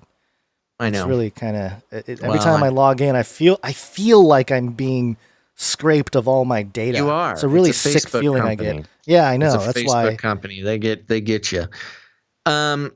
And remember, if you tune in next show, because we'll need more art, we'll need more producers. It's a very important part of the show, and you can also help us out by creating jingles, creating music. We got the Canary Cry mixtape at the end of the show. Stick around for that. And there you go. Anything else for this break, Gonzo? That night wind. Wait. Yes, yeah. I do have one more thing for the break, and it's very interesting. Sure. Thank you to producer That Night Wind for doing the timestamps for the YouTube video, so people can skip around and hit the topics they want to hit without any of the nonsense. Okay, so we got the email last week from our PhD microbiologist producer. I hope I said that right. I might need to double check, but explaining the tobacco in vaccines. Now, we got another email from, another producer, and I'll just read it here because it's very interesting. Hi, Basil and Gons. Wait, let me make sure there's nothing that I'm not supposed to read. Fun. Yeah, I think I'm going to read the whole thing. Okay. All right. Hi, Basil and Gons. I hope my email finds you well. I am one of your many fans, and I really wanted to share this with you. Just a bit of background on me. I'm a British lady married to a Russian and live in Finland. Wow, what a combo. Ooh. I am a professional maritime safety advisor. And so when it comes to safety protection from biohazards, I have a lot more experience than most. So when my husband told me to look at this crazy propaganda piece on the English version of the news from YLE, which is the publicly funded state news propaganda like BBC here in Finland, I nearly spat out my Earl Grey for fear of choking. Here is a link to a classic misleading article designed to fool the sheeple here in Finland, and they should follow what the researchers did in a university study aimed at reducing waste. And here it is. They can wash their face masks about 10 times, and their masks are as effective as a homemade or purchased cloth mask. Yes, people were paid to provide this no expletive Sherlock research, which, if you read the article really carefully, is simply telling us without actually writing the words that probably all masks are a big waste of time. Bad news is that people here in Finland trust the media, especially the state-run media, and badly worded misleading articles which tell people how to wash a disposable face mask. Clue is in the name. Disposable means it's only tested for safety for one use. For example, the plastic fibers may not be safe after washing. And the crux is, as a safety professional, if I had to advise on a job what the PPE for a biohazard spread through the air, which could live over 10 hours on surfaces, I would be telling you that the minimum PPE would be full disposable suit, a sealed air supply respirator, and full sealed eye and face protection. LOL. So then they give the link to the article, but I think we get the gist of it here. I think you can cover this. Love your show. You know, I thought this was very interesting, this next part, and I like it. Is that they said, I love your show. I'm not a religious person, but I totally appreciate the amazing fountain of biblical knowledge you have. Gons. Ooh, hey, yeah, see, you got a shout out. I love the art and fantastic comedy and talent of the artist producers. I have a soft spot for Mr. Magoo. You have a fan, Mr. Magoo. Mr. Magoo. I think he is a fantastic, and his jingles are special. Love you both. Love both your senses of humor, and really love the People Zoo's song. Did you know about the film called People Zoo? I did not. And then they go on. So thank you very much, producer Amber. I'm going to say producer Amber. Thank you very much. And that is very interesting. I was seeing a lot of this. You can wash your disposable mask stuff as well. And it just seems patently. So without further. Oops, sorry. Go ahead. What was that? I want to show something after you're done talking. Okay. Here. Yeah. It just seems on its face a ridiculous piece of propaganda that doesn't make any sense to just the normal common sense. If you know, they say don't touch your mask, don't do this, don't do that, and washing a disposable mask. No other product in the world, if it's labeled as disposable, would anybody give you advice to wash it and reuse it. And it's the state-run media in Finland telling people to do this. So yes, that is pretty wacky. Yeah. And this person is a real professional with a real. I mean, that's a professional maritime safety officer. I'm sorry, advisor. I got to tell you, that is serious business. I've done some work on boats and things like that, and you always got to watch out for those maritime safety people.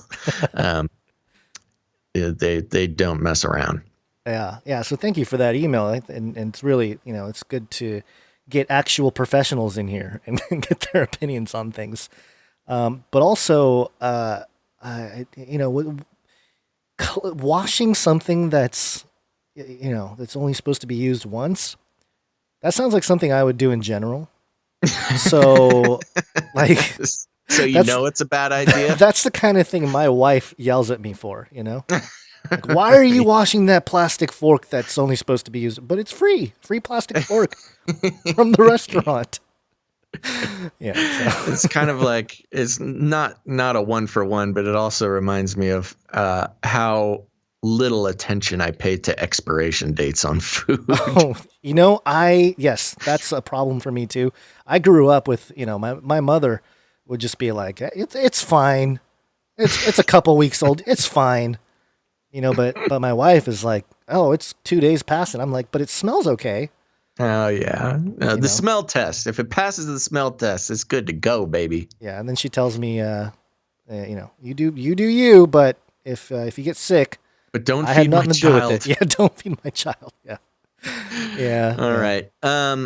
Did you have something you want to do before we wake up here? Nope. Let's wake up and then, right. Well, okay. Yeah. Let's just wake up. Oh yeah. Dang. Look at our time here. I know. Yes, all right. it's wake up time. Hey, yo, wake up. How are you good on time? Are you good to zoom through these? Yeah, I think we're good to zoom through it. But before we do, I did want to share this video that went around a few weeks ago. And it's this guy. Have you seen this, Basil? It's this guy that uses a vape, those like smoking vapes.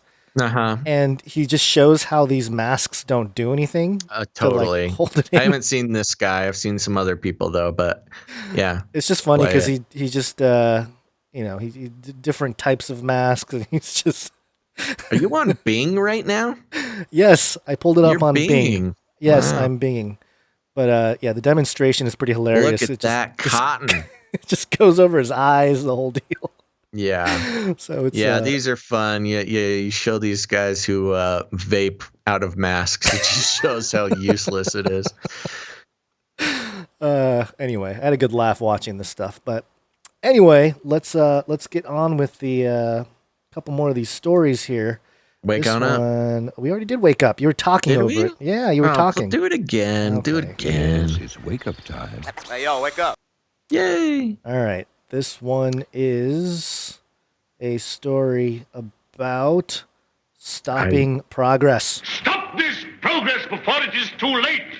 This is coming from CNBC.com. Google sued by DOJ, Yahoo, in antitrust case over search dominance. Search dominance. The article reads, the Justice Department filed its long-expected antitrust lawsuit against Google on Tuesday, alleging the company has unlawfully maintained a monopoly in search by cutting off rivals from key distribution channels. 11 Republican state attorneys general have joined the DOJ as plaintiffs. Weird how it's just Republicans doing this. Google stock barely moved following news of the suit. Shares were up more than 2% during afternoon trading. The DOJ and states are bringing the complaint under Section 2 of the Sherman Act, alleging Google has unlawfully maintained monopolies in markets for, quote, general search services, search advertising, and general search text advertising. Quote, Google is the gateway to the internet and a search advertising behemoth, U.S. Deputy Attorney General Jeffrey Rosen said. Quote, it has maintained its monopoly power through exclusionary practices that are harmful to competition. The states in the lawsuit are Arkansas, Florida, Georgia, Indiana, Kentucky, Louisiana, Mississippi, Missouri, Montana, South Carolina, and Tejas, baby. The lawsuit is the culmination of a more than year-long investigation into the company's business practices. Its most significant antitrust lawsuit since the Justice Department sued Microsoft in 1990s. Alongside a coalition of state enforcers. Google was previously the subject of a federal antitrust investigation by the Federal Trade Commission over its search product, but the agency closed that probe in 2013 without charges. A leaked document published by the Wall Street Journal later showed that staff had recommended bringing a case on several grounds. Allegations against Google. The crux of the complaint is that Google has allegedly used its monopoly power to tie up distribution channels for online search and related markets. The Justice Department claims that Google has, quote, foreclosed competition for internet search. Not with you, Gons, Mr. Bing man. through exclusionary agreements that deny rivals the opportunity to achieve the necessary scale to challenge its dominance.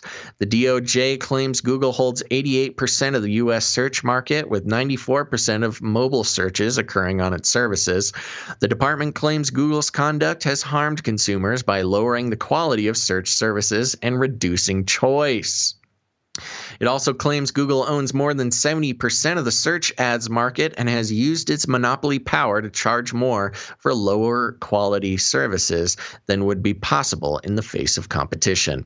According to the lawsuit, Google has used its monopoly power to keep competitors out of the search distribution channels they need to scale up. It claims Google has locked up distribution through exclusionary contracts with Apple and distributors of its Android mobile operating system. As a result, the lawsuit claims Google has suppressed innovation in the search market. And the article goes on for a while. Did you have something highlighted in here you wanted to hit? Nothing highlighted, but I think the overall question that a lot of people had, including myself, was, is anything going to come out of this? Are they going to break up Google? Are they going to do something to actually get Google to be more fair? And a lot of people, their sentiments were, nope, nothing's going to change. They'll get a slap on the wrist, maybe they'll pay a fine or whatever, but nothing to actually make systemic change unless they kill the algos, which is unlikely to happen. But it was interesting because this story broke on Tuesday of this week, and it was a day after Project Veritas, the good old Project Veritas, came out with another video, and this is an RT.com article that summarizes what happened there. Playing selective God, Google whistleblower tells Project Veritas that search engine skews results in Democrats' favor. Oh, yeah. Yeah, and did you see the video? No, okay. But I didn't know they put it out. But that's obvious knowledge. But I'm glad that hopefully they got some evidence to such. The timing was interesting that Project Veritas released this footage the day before the DOJ came out and said they're filing an antitrust lawsuit. But it says here, an alleged program manager at Google Cloud has said the search engine monolith is, quote, playing God in the U.S. political scene, skewing results to benefit Democrats, according to an undercover interview captured by Project Veritas. In footage published on Monday, the conservative media watchdog shared around 8 minutes of an interview with a man identified as Ritesh Lakhkar, said to be a technical program manager at Google's cloud service, who accused the company of putting its thumb on the digital scales for the Democrats. Quote, the wind is blowing towards Democrats because GOP equals Trump and Trump equals GOP. Everybody hates it, even though GOP may have good traits. No one wants to acknowledge them right now, Lakhkar said when asked whether Google favors either political party. And then has the video here. It's kind of, I would play the audio or at least the video and the audio, but it's a little bit muffled as these like undercover videos are. They have to caption it to see, to hear exactly what they're doing. So I'll just continue reading here. While Lakhkar, whose LinkedIn page states he worked at Google since May 2018, did not specify exactly how the company gives an edge to certain political viewpoints, he suggested the platform is selling favorable coverage to the highest bidder. Quote, it's skewed by the owners or the drivers of the algorithm. Like if I say, hey, Google, here's another $2 billion. Feed this data set on whenever Joe Biden is searched. You'll get these results, he went on, blasting big tech firms for, quote, playing God and taking away freedom of speech on both sides. It's interesting he mentioned both sides there. Lakhkar complained of a suffocating, overly political atmosphere at Google, where he said, quote, your opinion matters more than your work, recalling a dramatic response to Donald Trump's 2016 election win at the company. Several media reports have documented employees' appalled reaction to the victory, including internal company footage of a meeting soon after the election, where co-founder Sergey Brin is heard comparing Trump's win to the rise of fascism in Europe. Quote, when Trump won the first time, people were crying in the corridors of Google. There were protests. There were marches. There were, group therapy sessions for employees organized by HR. I remember hearing about some of that. It's pretty absurd for people to freak out that much over a presidential election. Google, which has yet to respond to Lakkar's charges, has come under fire previously with allegations of political bias in its search results with internal documents obtained by Project Veritas last year, suggesting the company maintains content blacklists and yada, yada, yada. We covered some of that before. And this, again, on the heels of a massive purge that has taken place with a lot of our colleagues and friends, even their channels being taken down and just deleted. I estimate probably like 10 million subscribers minimum, probably more if you add them all up. And I'm sure billions of minutes of video or views of content. I mean, several hundred billions maybe. And it's pretty ridiculous. And, you know, we were talking about it when it happened last week, how we sort of said that like, oh, these people are talking about Q, but we mentioned how not all of them were talking about Q or were like super Q anon fanatics or anything like that. But SGT report, Sean over there, whose channel was also deleted in the process, he stated YouTube in a tweet here, YouTube terminated dozens of channels on 10/15. Do you know what we all had in common? It's not Q. We all cover the issue of rampant pedophilia and child trafficking. That's the common denominator. When did the Hunter Biden laptop hard drive story drop? Party is in panic. So, you know, he's very much, you know, I know Sean is, you know, supports Trump, and he's a Republican and supports that side of the political party there. But I do think he has a point. I think because of the Hunter Biden story, the channels that would have really dug in and spread that message were all taken down. So I do think there is some truth there to what he says.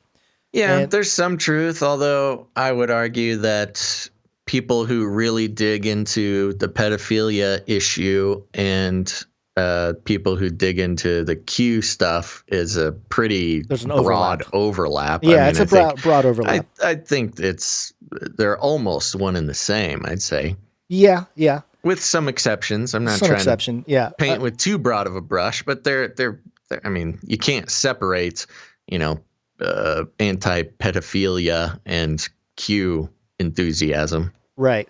And I think a lot of it, you know, especially like Sean at SGT Report, he's interviewing people. He's got his own views, but a lot of his content is interviews. So that's where things get really dicey for me, and the whole, you know, Section 230 and how YouTube can't be tried as a publisher, even though they're making editorial decisions. All that is very interesting. But, you know, part of it too, I do think the pedophilia thing, or at least the story of the Hunter Biden thing, was sort of the catalyst to take down these channels, because I do think they would have been the drivers of that information in terms of like having it spread on YouTube and social media in general, not just the New York Post article. But again, as I mentioned earlier in the episode, I think channels like Sean's SGT Report, among many others, they're kind of, it sucks because they're like collateral damage within this like political staging, this like political theater that's taking place. And because they're just independent people, you know, a lot of these folks, I mean, there could be a couple shills in there. I don't know. I wasn't familiar with like all the channels that were taken down, but the ones that were, that I know, you know, either personally or have communicated, they're just independent people. And that's what really upsets me, is like they're being caught up in this political staging, this political theater. And when I mentioned, you know, China being on the side of the Democrats and Israel being on the side of the Republicans, it's almost like they had some kind of deal of like, okay, we're going to stir things up. We're going to delete some channels. We're going to draw attention to certain stories so that the election goes a certain way. But also, you know, we're going to play the censorship game. And, you know, it just seems like a big, big psyop. And, you know, independent people get caught up in the mix. And I would call it collateral damage in that regard. Yeah. But, you know, because of these channels, the whole pedophilia issue has gotten a lot of play. It's gotten so many people awake and aware of, you know, really bad and horrible things that happen. Because if you think about the Hunter Biden story, if it broke, I don't know, 8-9 years ago maybe, I still think a lot of people wouldn't believe it. Even if the proof was there. I mean, we have the proof now, and people are like, a lot of the, or at least one side of the aisle, they're kind of like, there's no proof. How do we know? So, but now there's like an atmosphere of people that, or just a sentiment out there that makes it really easy to believe the story. And there's still some shadiness with the story too, in terms of the FBI withholding the information until right now, and there's lots of things there. And again, with the Biden story, there's also been, because of the mystery and the lack of evidence coming out, there's also unfortunately been a lot of misinfo coming out as well. Right. Not misinfo or disinfo. There's subtle differences, but yeah, turns out a lot of the pictures that came out, not the ones, of course, the one with him in the crack pipe, the meth pipe, is just a real gem. But some of the more disturbing pictures that came out of that have been debunked by trustworthy people. And so it's really given not just the Streisand effect with the Hunter Biden story, but it's also opened up, because of the lack of an official disclosure. It's made a lot of space for disinfo to get into the mix. Right. And so, yes, a lot of the pictures you're floating around, that you see floating around, claiming it's Hunter Biden with whatever. Usually it's the more disturbing ones. A lot of those have been credibly debunked by independent people. Right. But that's just part of the problem. When you don't have official disclosure and you have the government, muddying up the facts of an investigation and withholding, information that should be public in a lot of cases. I'm not saying all cases. It leaves room for a lot of, slithery details to get snuck in there. And you got to be careful not to jump right on it just because it's just information that happens to be presented to you. Right. And it is true that Trump in 2017 mentioned how he wants to end human trafficking. And I have a little clip here, just very short, where he mentions it, and I'll mention a reaction to it afterwards here. We're sitting down at the conference table. I want to make it clear today that my administration will focus on ending the absolutely horrific practice of human trafficking, and I am prepared to bring the full force and weight of our government to the federal and at the federal level and the other highest levels, whatever we can do in order to solve this horrific problem, getting worse, and it's happening in the United States.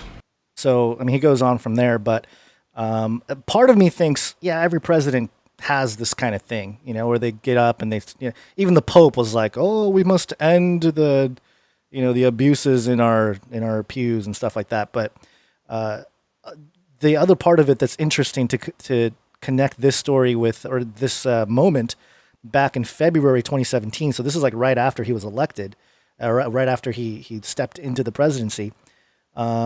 Just the other day, this is from the Twitter handle Matriarch.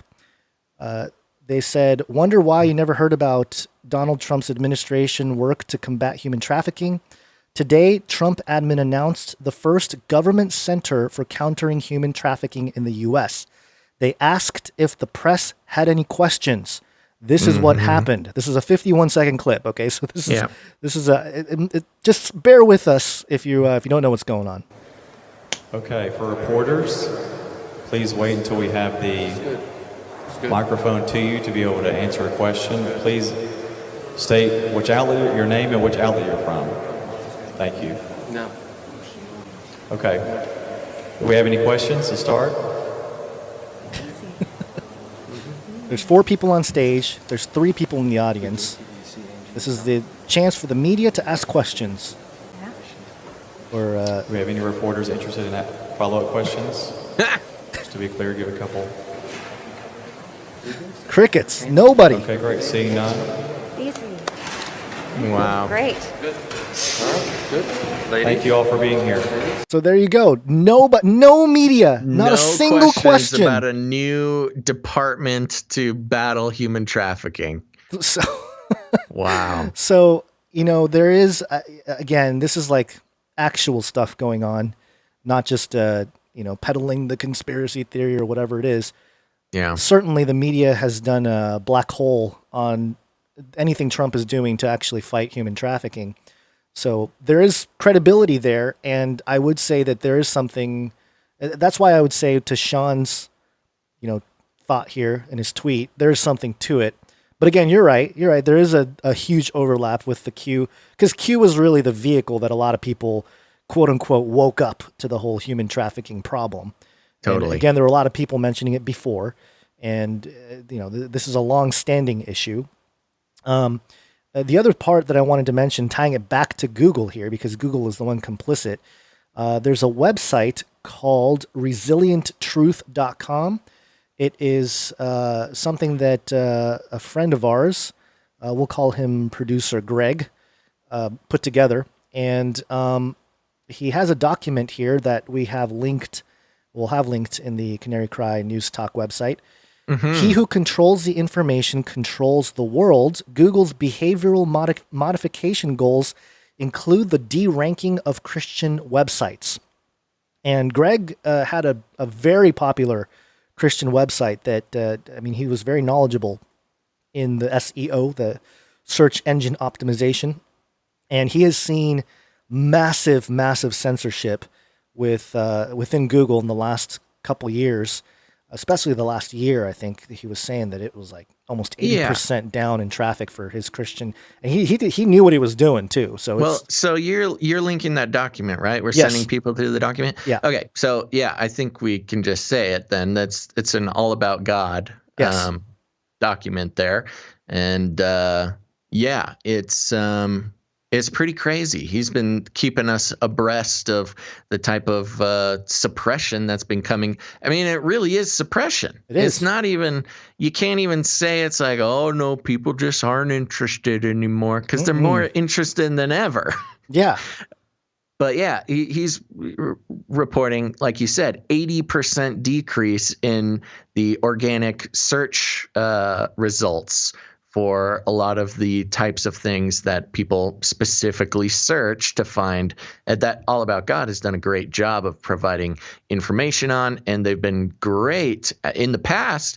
They've been some of the top ranked search results for a lot of really important questions surrounding, not even like, tinfoil hat stuff. Just basic, like straight regular God basic stuff. Christian questions. Yeah.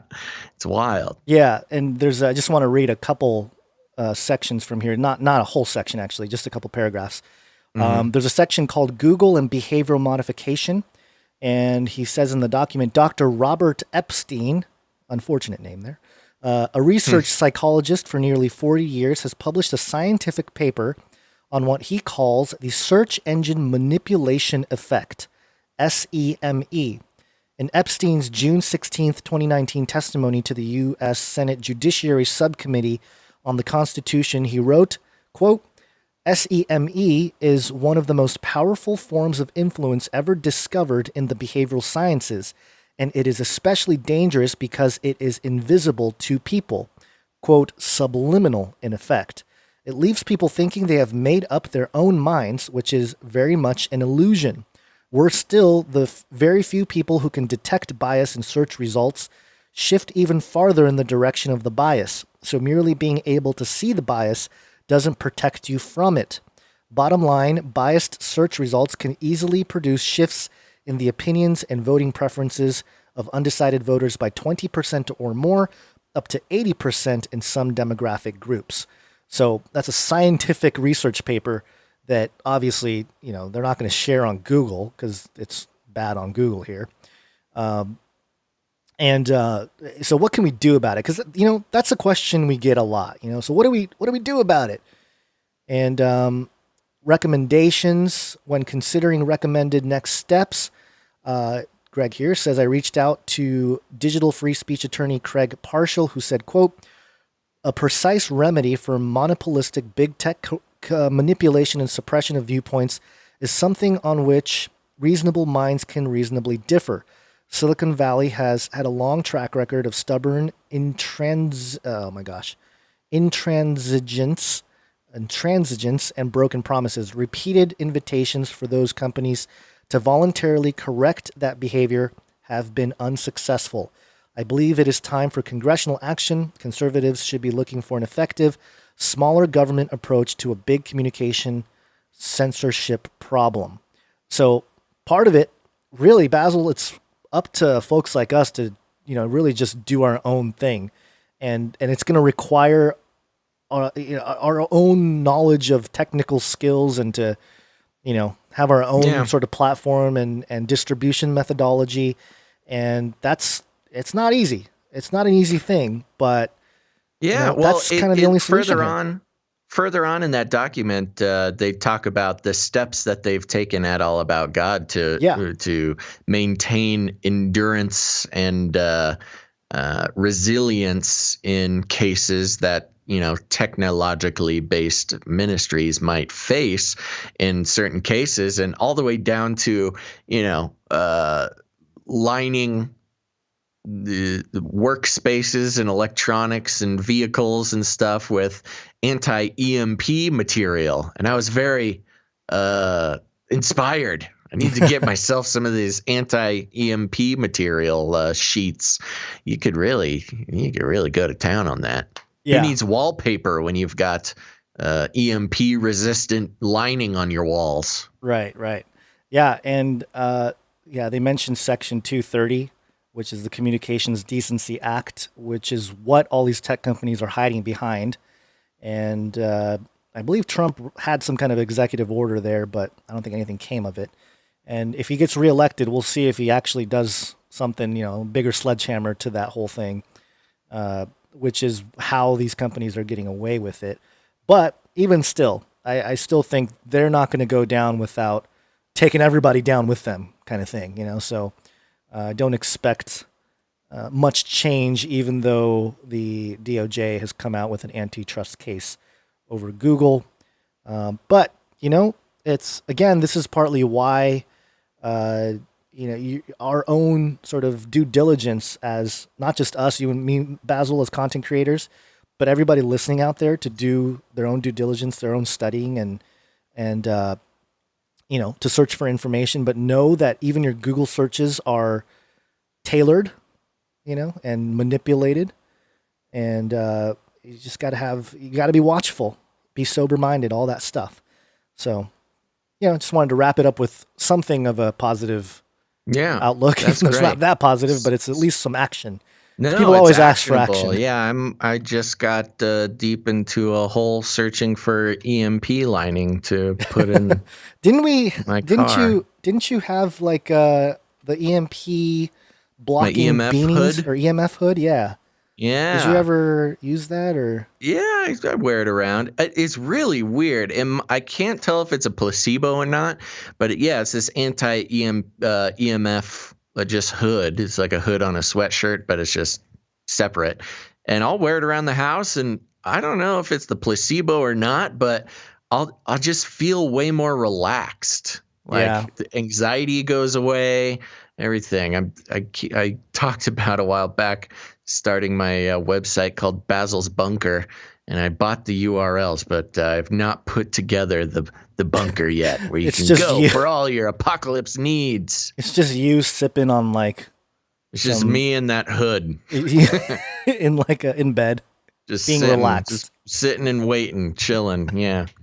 So, anyways, I'll get on that once I have just a second, one of these days, to do something. But all right, sounds good. Let me look real quick, make sure we're not forgetting anything. Do we want to hit the simulation thing? Let's do it real quick. It's short. Let's do it real quick. Here we go. Science is truth.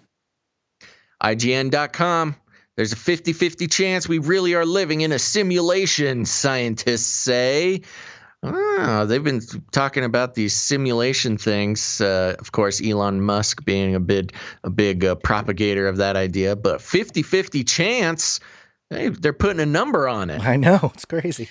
Some scientists believe that there's a 50-50 chance we really are living in a simulation. And now we have to wonder if The Matrix is looking more like a documentary than science fiction. Hey, welcome to the club. What did I use? What have I been saying? That all these science fictions are just documentaries.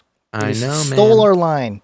They're all stealing our material. I know. In a report from Popular Mechanics via Scientific American, some scientists believe that the odds that life as we know it is a simulation could be as simple as a coin toss.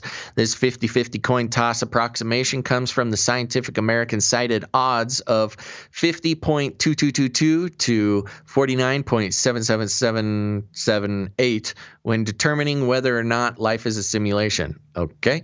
Scientific American and subsequent Popular Mechanics cite philosopher Nick Bostrom's 2003 paper, Are We Living in a Computer Simulation?, to explain where odds like the ones come from. Okay, let's see where they come from.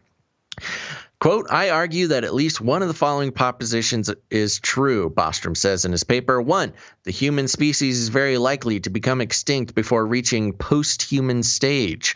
2, any post-human civilization is extremely unlikely to run a significant number of simulations of its evolutionary history or variations thereof. 3, we are almost certainly living in a computer simulation. It follows that belief that there is a significant chance that we shall one day become post-humans who run ancestor simulations is false, unless we are currently in a simulation. So this could be summarized as 1, we go extinct. 2, there is no simulation. Or 3, we are living in a simulation. I know. No other options to reality. You know, and I got some comments, but let me get through this real quick. Bostrom's simulation theory focuses on computing power, much like The Matrix and its sequels, when discussing the idea of humankind simulation. It might be hard to believe there exists a computer powerful enough to simulate our entire existence. If such a computer did exist, we would never be able to recognize it to begin with, as we'd be inside of it, or rather, a part of its simulation. Bostrom's theory of simulation sees the odds at nearly 50-50, and Columbia University astronomer David Kipping used Bostrom's theory as a guide for arriving to his own odds. Kipping's theory dictates that simulations cannot spawn their own additional simulations. Why? Yeah, Quote, there's like no reason other than his assumption. Go ahead. Yeah, let's hear his explanation here. That is because as simulations spawn more simulations, the computer resources available to each subsequent generation dwindles to the point of where the vast majority of realities will be those that do not have the computing power necessary to simulate offspring realities that are capable of hosting conscious beings. As Popular Mechanics points out, think of Russian nesting dolls. Each subsequent doll after the first doll must fit into the doll that came before it. As a result, each doll grows smaller and smaller in size and scale as you go deeper into the rest of the dolls. Basically, we are either in a simulation or we are not in a simulation. If humankind never creates its own simulation using conscious beings, then the odds of us living in a simulation tip further toward yes. Because if we are in a simulation, then we likely wouldn't be able to create one. If humankind does create a simulation of its own using conscious beings, then Kipling and Bostrom's theory about computing power are closer to being proven wrong, and the odds of us living in a simulation shift more towards no. Regardless, it's probably not a bad idea to let Keanu Reeves know just in case. So this was, I just thought, so ridiculous, A, because 50-50 is such a funny number to conclude. And they talk about some scientists believe that, and they talk about a philosopher, Bostrom, and I don't know if he's actually, I don't think has any actual scientific credentials. He's merely a philosopher. Yeah, hold on, let me check, because, yeah, he is a philosopher, but I thought he did have some other, Okay. Yeah, I think you're right. I think he is just a... Yeah, I mean, he's like a technologist in hobby, but I don't think he works as a scientist. Yeah, he's not a He's scientist. a philosopher. He's a philosopher. And then they just name one other guy, one scientist they cite, who says, yeah, we either are or we're not, whatever. I don't know.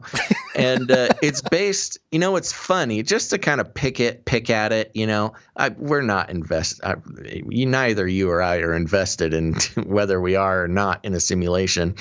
But he bases it off of our known computing standards. Yeah. He's saying, well, in his understanding of our current Earth computers, we just couldn't possibly do it. So therefore, it's impossible.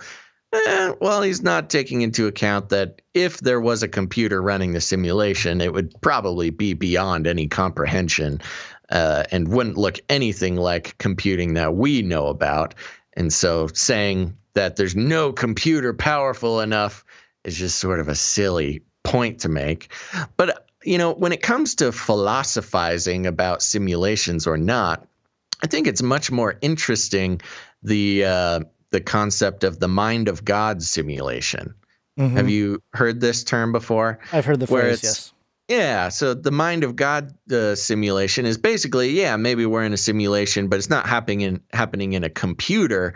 It's happening, in the mind of God, where, and the people who sort of hold to this or talk about this explain that, if there is God, in our case, very much yes, then the simulation could just be happening in his mind, and that doesn't take away any of the meaning or the importance or the reality of it. But and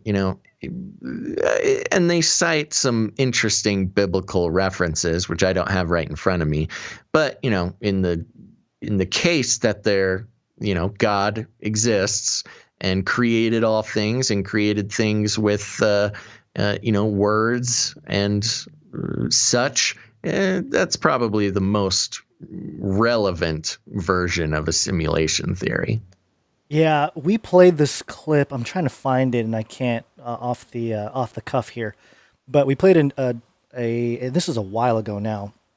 Might be worth looking into again. But Dr. William Lane Craig, he's one of the most prolific Christian apologists out there and philosophers. He had a debate with this guy who was saying, well, maybe we live in a giant supercomputer, and William Lane Craig was like, well, what are the characteristics of the supercomputer? Oh, this computer is all knowing. It's all, yeah. And William Lane Craig called him out on it. He's like, you're basically calling God a supercomputer. Right. So it's interesting how when you take God out of the whole picture, you are left to like kind of jump around and replace it with a computer. Yeah, you just replace it with supercomputer. And right. You get to avoid any consequence of an existing God. So people rationalize away whatever they want, but it's just interesting how we've come to the edges of thought when it comes to physical reality, and they have to summon the supercomputer simulation to avoid God or try to hide from God. Yeah, it is interesting because who knows? I don't know. On a certain semantic level, you could say it is a simulation in a lot of different ways, but you don't need to base it on our current understanding of our puny human computers. Right. And, like I said, I'm not invested in any of the simulation theories, but I think the mind of God simulation theory is interesting enough, and there's some interesting biblical references. I saw somebody mentioning it in the chat let's see. Let me just pull it up here so I don't. Quoting it from the chat here, not from the Bible, because I'm not pulling it. It's just easier to pull it up. In Him we live and move and have our being. So it's kind of taking that semantic language from the Bible and applying it to what could be considered a mind of God simulation. Right. But there you go. We're not pushing it, but it is an interesting concept. Yeah. All right. Anything else? That's it. I've run out. Look at that. Yeah, we're only 45 minutes past time. I know. I just gotta get out of here. Yeah, sorry about that. All right, we'll wrap it up here. First of all, thank you, dear listeners, and everybody in the chat. Give a big rousing round of applause for our producers for this show. It is because of them that we're able to keep doing the show, especially on the schedule that we do it. I saw at least one more producer came in after the producer section.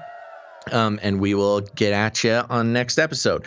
Remember, put it on your calendar, folks. Friday the 23rd, Friday, October 23rd, will be the next show sometime between noon and 3 p.m. Pacific Standard Time. So make sure to put it on your calendar. Turn on notifications. Follow us in multiple locations, platforms online, so you don't miss the show. And remember, we'll need some more producers for next show on Friday. So hit us up at patreon.com/CCNT for Canary Cry News Talk, patreon.com/CCNT. And remember, it's an investment in your own media, not even just your media. It's an investment in a correction of the propagation and funding of media in general. No longer shall we be slaves to the global theology of advertising and economy. The value does not come from big corporations and their pennies, but it comes from the listeners and viewers like you. You are the ones who get to decide the value of the show. So if you're getting any value out of what Gonz and I do, please let us know by going to patreon.com/CCNT or canarycryradio.com/support. canarycryradio.com/support. That's right, canarycryradio.com/support. There's PayPal options as well as cryptocurrency and other things. And I want to give a shout out in the chat here. Future ex Mrs. Mecca Basil says, "Don't be anti-semantic." Very funny. Very good. All right. And let's see. Where was I? There's other ways to produce the show as well. You can create some content. We need art. So you artists out there, if you're in a visual, if you are a visual artist of any kind, create some art related to something in the show, any of the topics we talk about, or even just Gonz's beautiful face or my big shiny eyeballs. All are welcome. If you want to create some art for the show, send that to canarycryradio@gmail.com. Or if you are more of a musical person, you can create songs, you can create jingles. Haven't gotten any jingles or songs recently, too recently, but those are always welcome as well. All you got to do is figure out something that we talk about in the show and create something around it, and we will highlight it on the show. And again, send all of that to canarycryradio@gmail.com. But there's other ways you can help the show out. One huge one, and this is one you can do right now. You don't even have to put it off. Go ahead to your favorite search bar, Bing or DuckDuckGo, or those who shall not be named. Search Apple Podcasts, Canary Cry News Talk. Apple Podcast, Canary Cry News Talk, and that'll take you right to where you need to go to leave a rating and a review. As we saw in the wonderful art from 88 last show, or the show before, I can't remember. It's like mind control for the algorithms. We have no control over those suckers. That's actually all you guys. And all you got to do to mind control the algorithms, to share the show with people who may not have heard of it before, is go leave a positive rating and review. I will be reading reviews on Friday. Friday, my favorite day of the week. Also, review reading day. So if you want to get a review read on the show, now is the time. I read all reviews. I saw somebody asking if I read 1-star reviews. I will. I won't be happy about it. And don't do it as a joke, because it does actually hurt the algorithms. So preferably do positive reviews, positive ratings. Thank you very much. You're my hero. Also, there's other ways to help out the show, and that is just sharing it with your friends, your family, your Facebook people. People are starting to wake up and realize that the world is not what it seems, and you can help them by sending them an episode of Canary Cry News Talk. You can send them this episode, any episode you want, post it on social media, or send it directly to them, or even better, word of mouth. Just tell them, hey, you got to check out the show. It's going to help you out a lot, and we'll be happy to participate in their journey in the narrow path of trying to figure things out for ourselves here, instead of letting the brainwash artists of the media tell us how to think. All right, folks. And if you need any more instructions, here's what you do. You walk right up to them, you grab them by the cage, and then you shake it. The end of the world occurred pretty much as we had predicted. I want to shake things up, stir up some controversy, rattle a few cages. Hey, stop that! You'll never silence me. I'm the last angry man, a crusader for the little guy. Leave the bird alone. Never. Rattle a few cages. Rattle a few cages. The human race will have every opportunity to improve. And if they don't? Ask Noah. That's right. Just ask Noah. Noah Cyrus? Noah. All right. Remember, hashtag as in the days of Noah. Days of Noah. Make sure to follow me on Twitter, Basil_Rosewater. Follow me, folks. It's a good time. And Gons, any last words? It's my birthday. It's my birthday. Happy birthday to Thank you very much, and thank you for all the happy birthday wishes and the happy birthday producerships. I feel very loved. Thank you very much, everybody. And remember, we'll be back on Friday, October 23rd. Be there or be square sometime between noon and 3 p.m. Pacific Standard Time. Make sure to tune in to the next episode of Canary Cry News Talk. But until then, remember to think outside the cage. Bye-bye.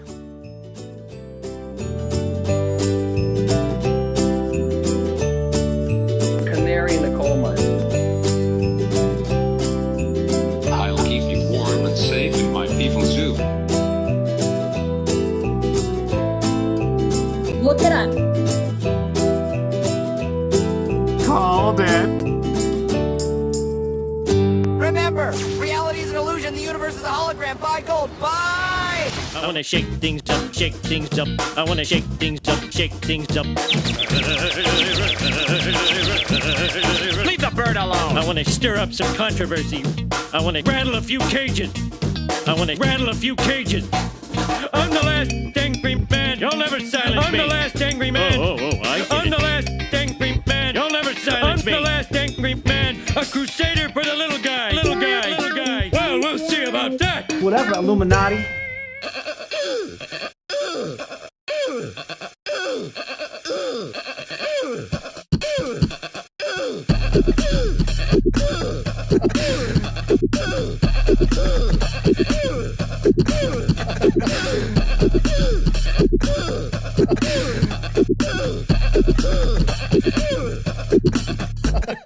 Fun fact, I believe it was another fun fact. Fun fact. Another fun fact. Brings me back to my Screamo days.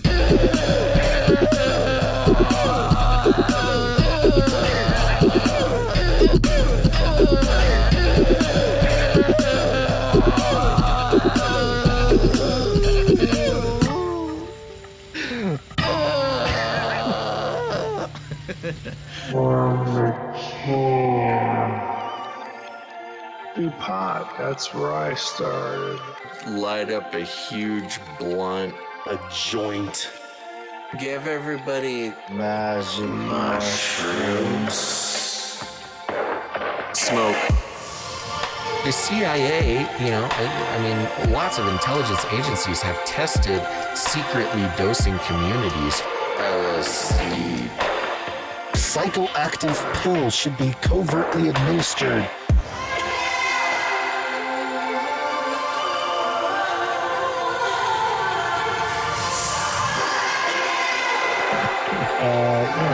put me on some I don't know. Give you a shot in the butt. Fluoride, Oxytocin. get a chemical hug. I did dabble, some of that robot crack. I know what it's like. It's a lethal recipe for disaster. You need help. If you're a pharmacist, you need to repent. All right, weird.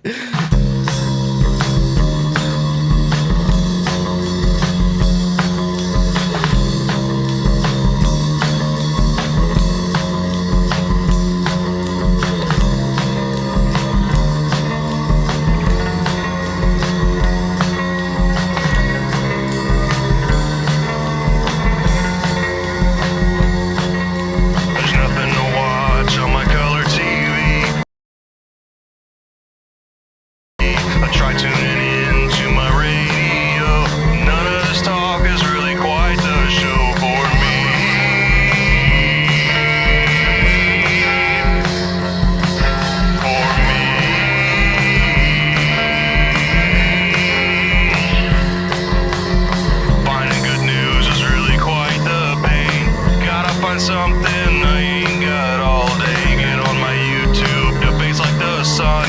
See what's new. Demonetization. Know what's this? To my surprise, I spot a big pair of googly eyes. Click on the video and turn up the sound. What is this gem that I have found? Canary. Cry radio.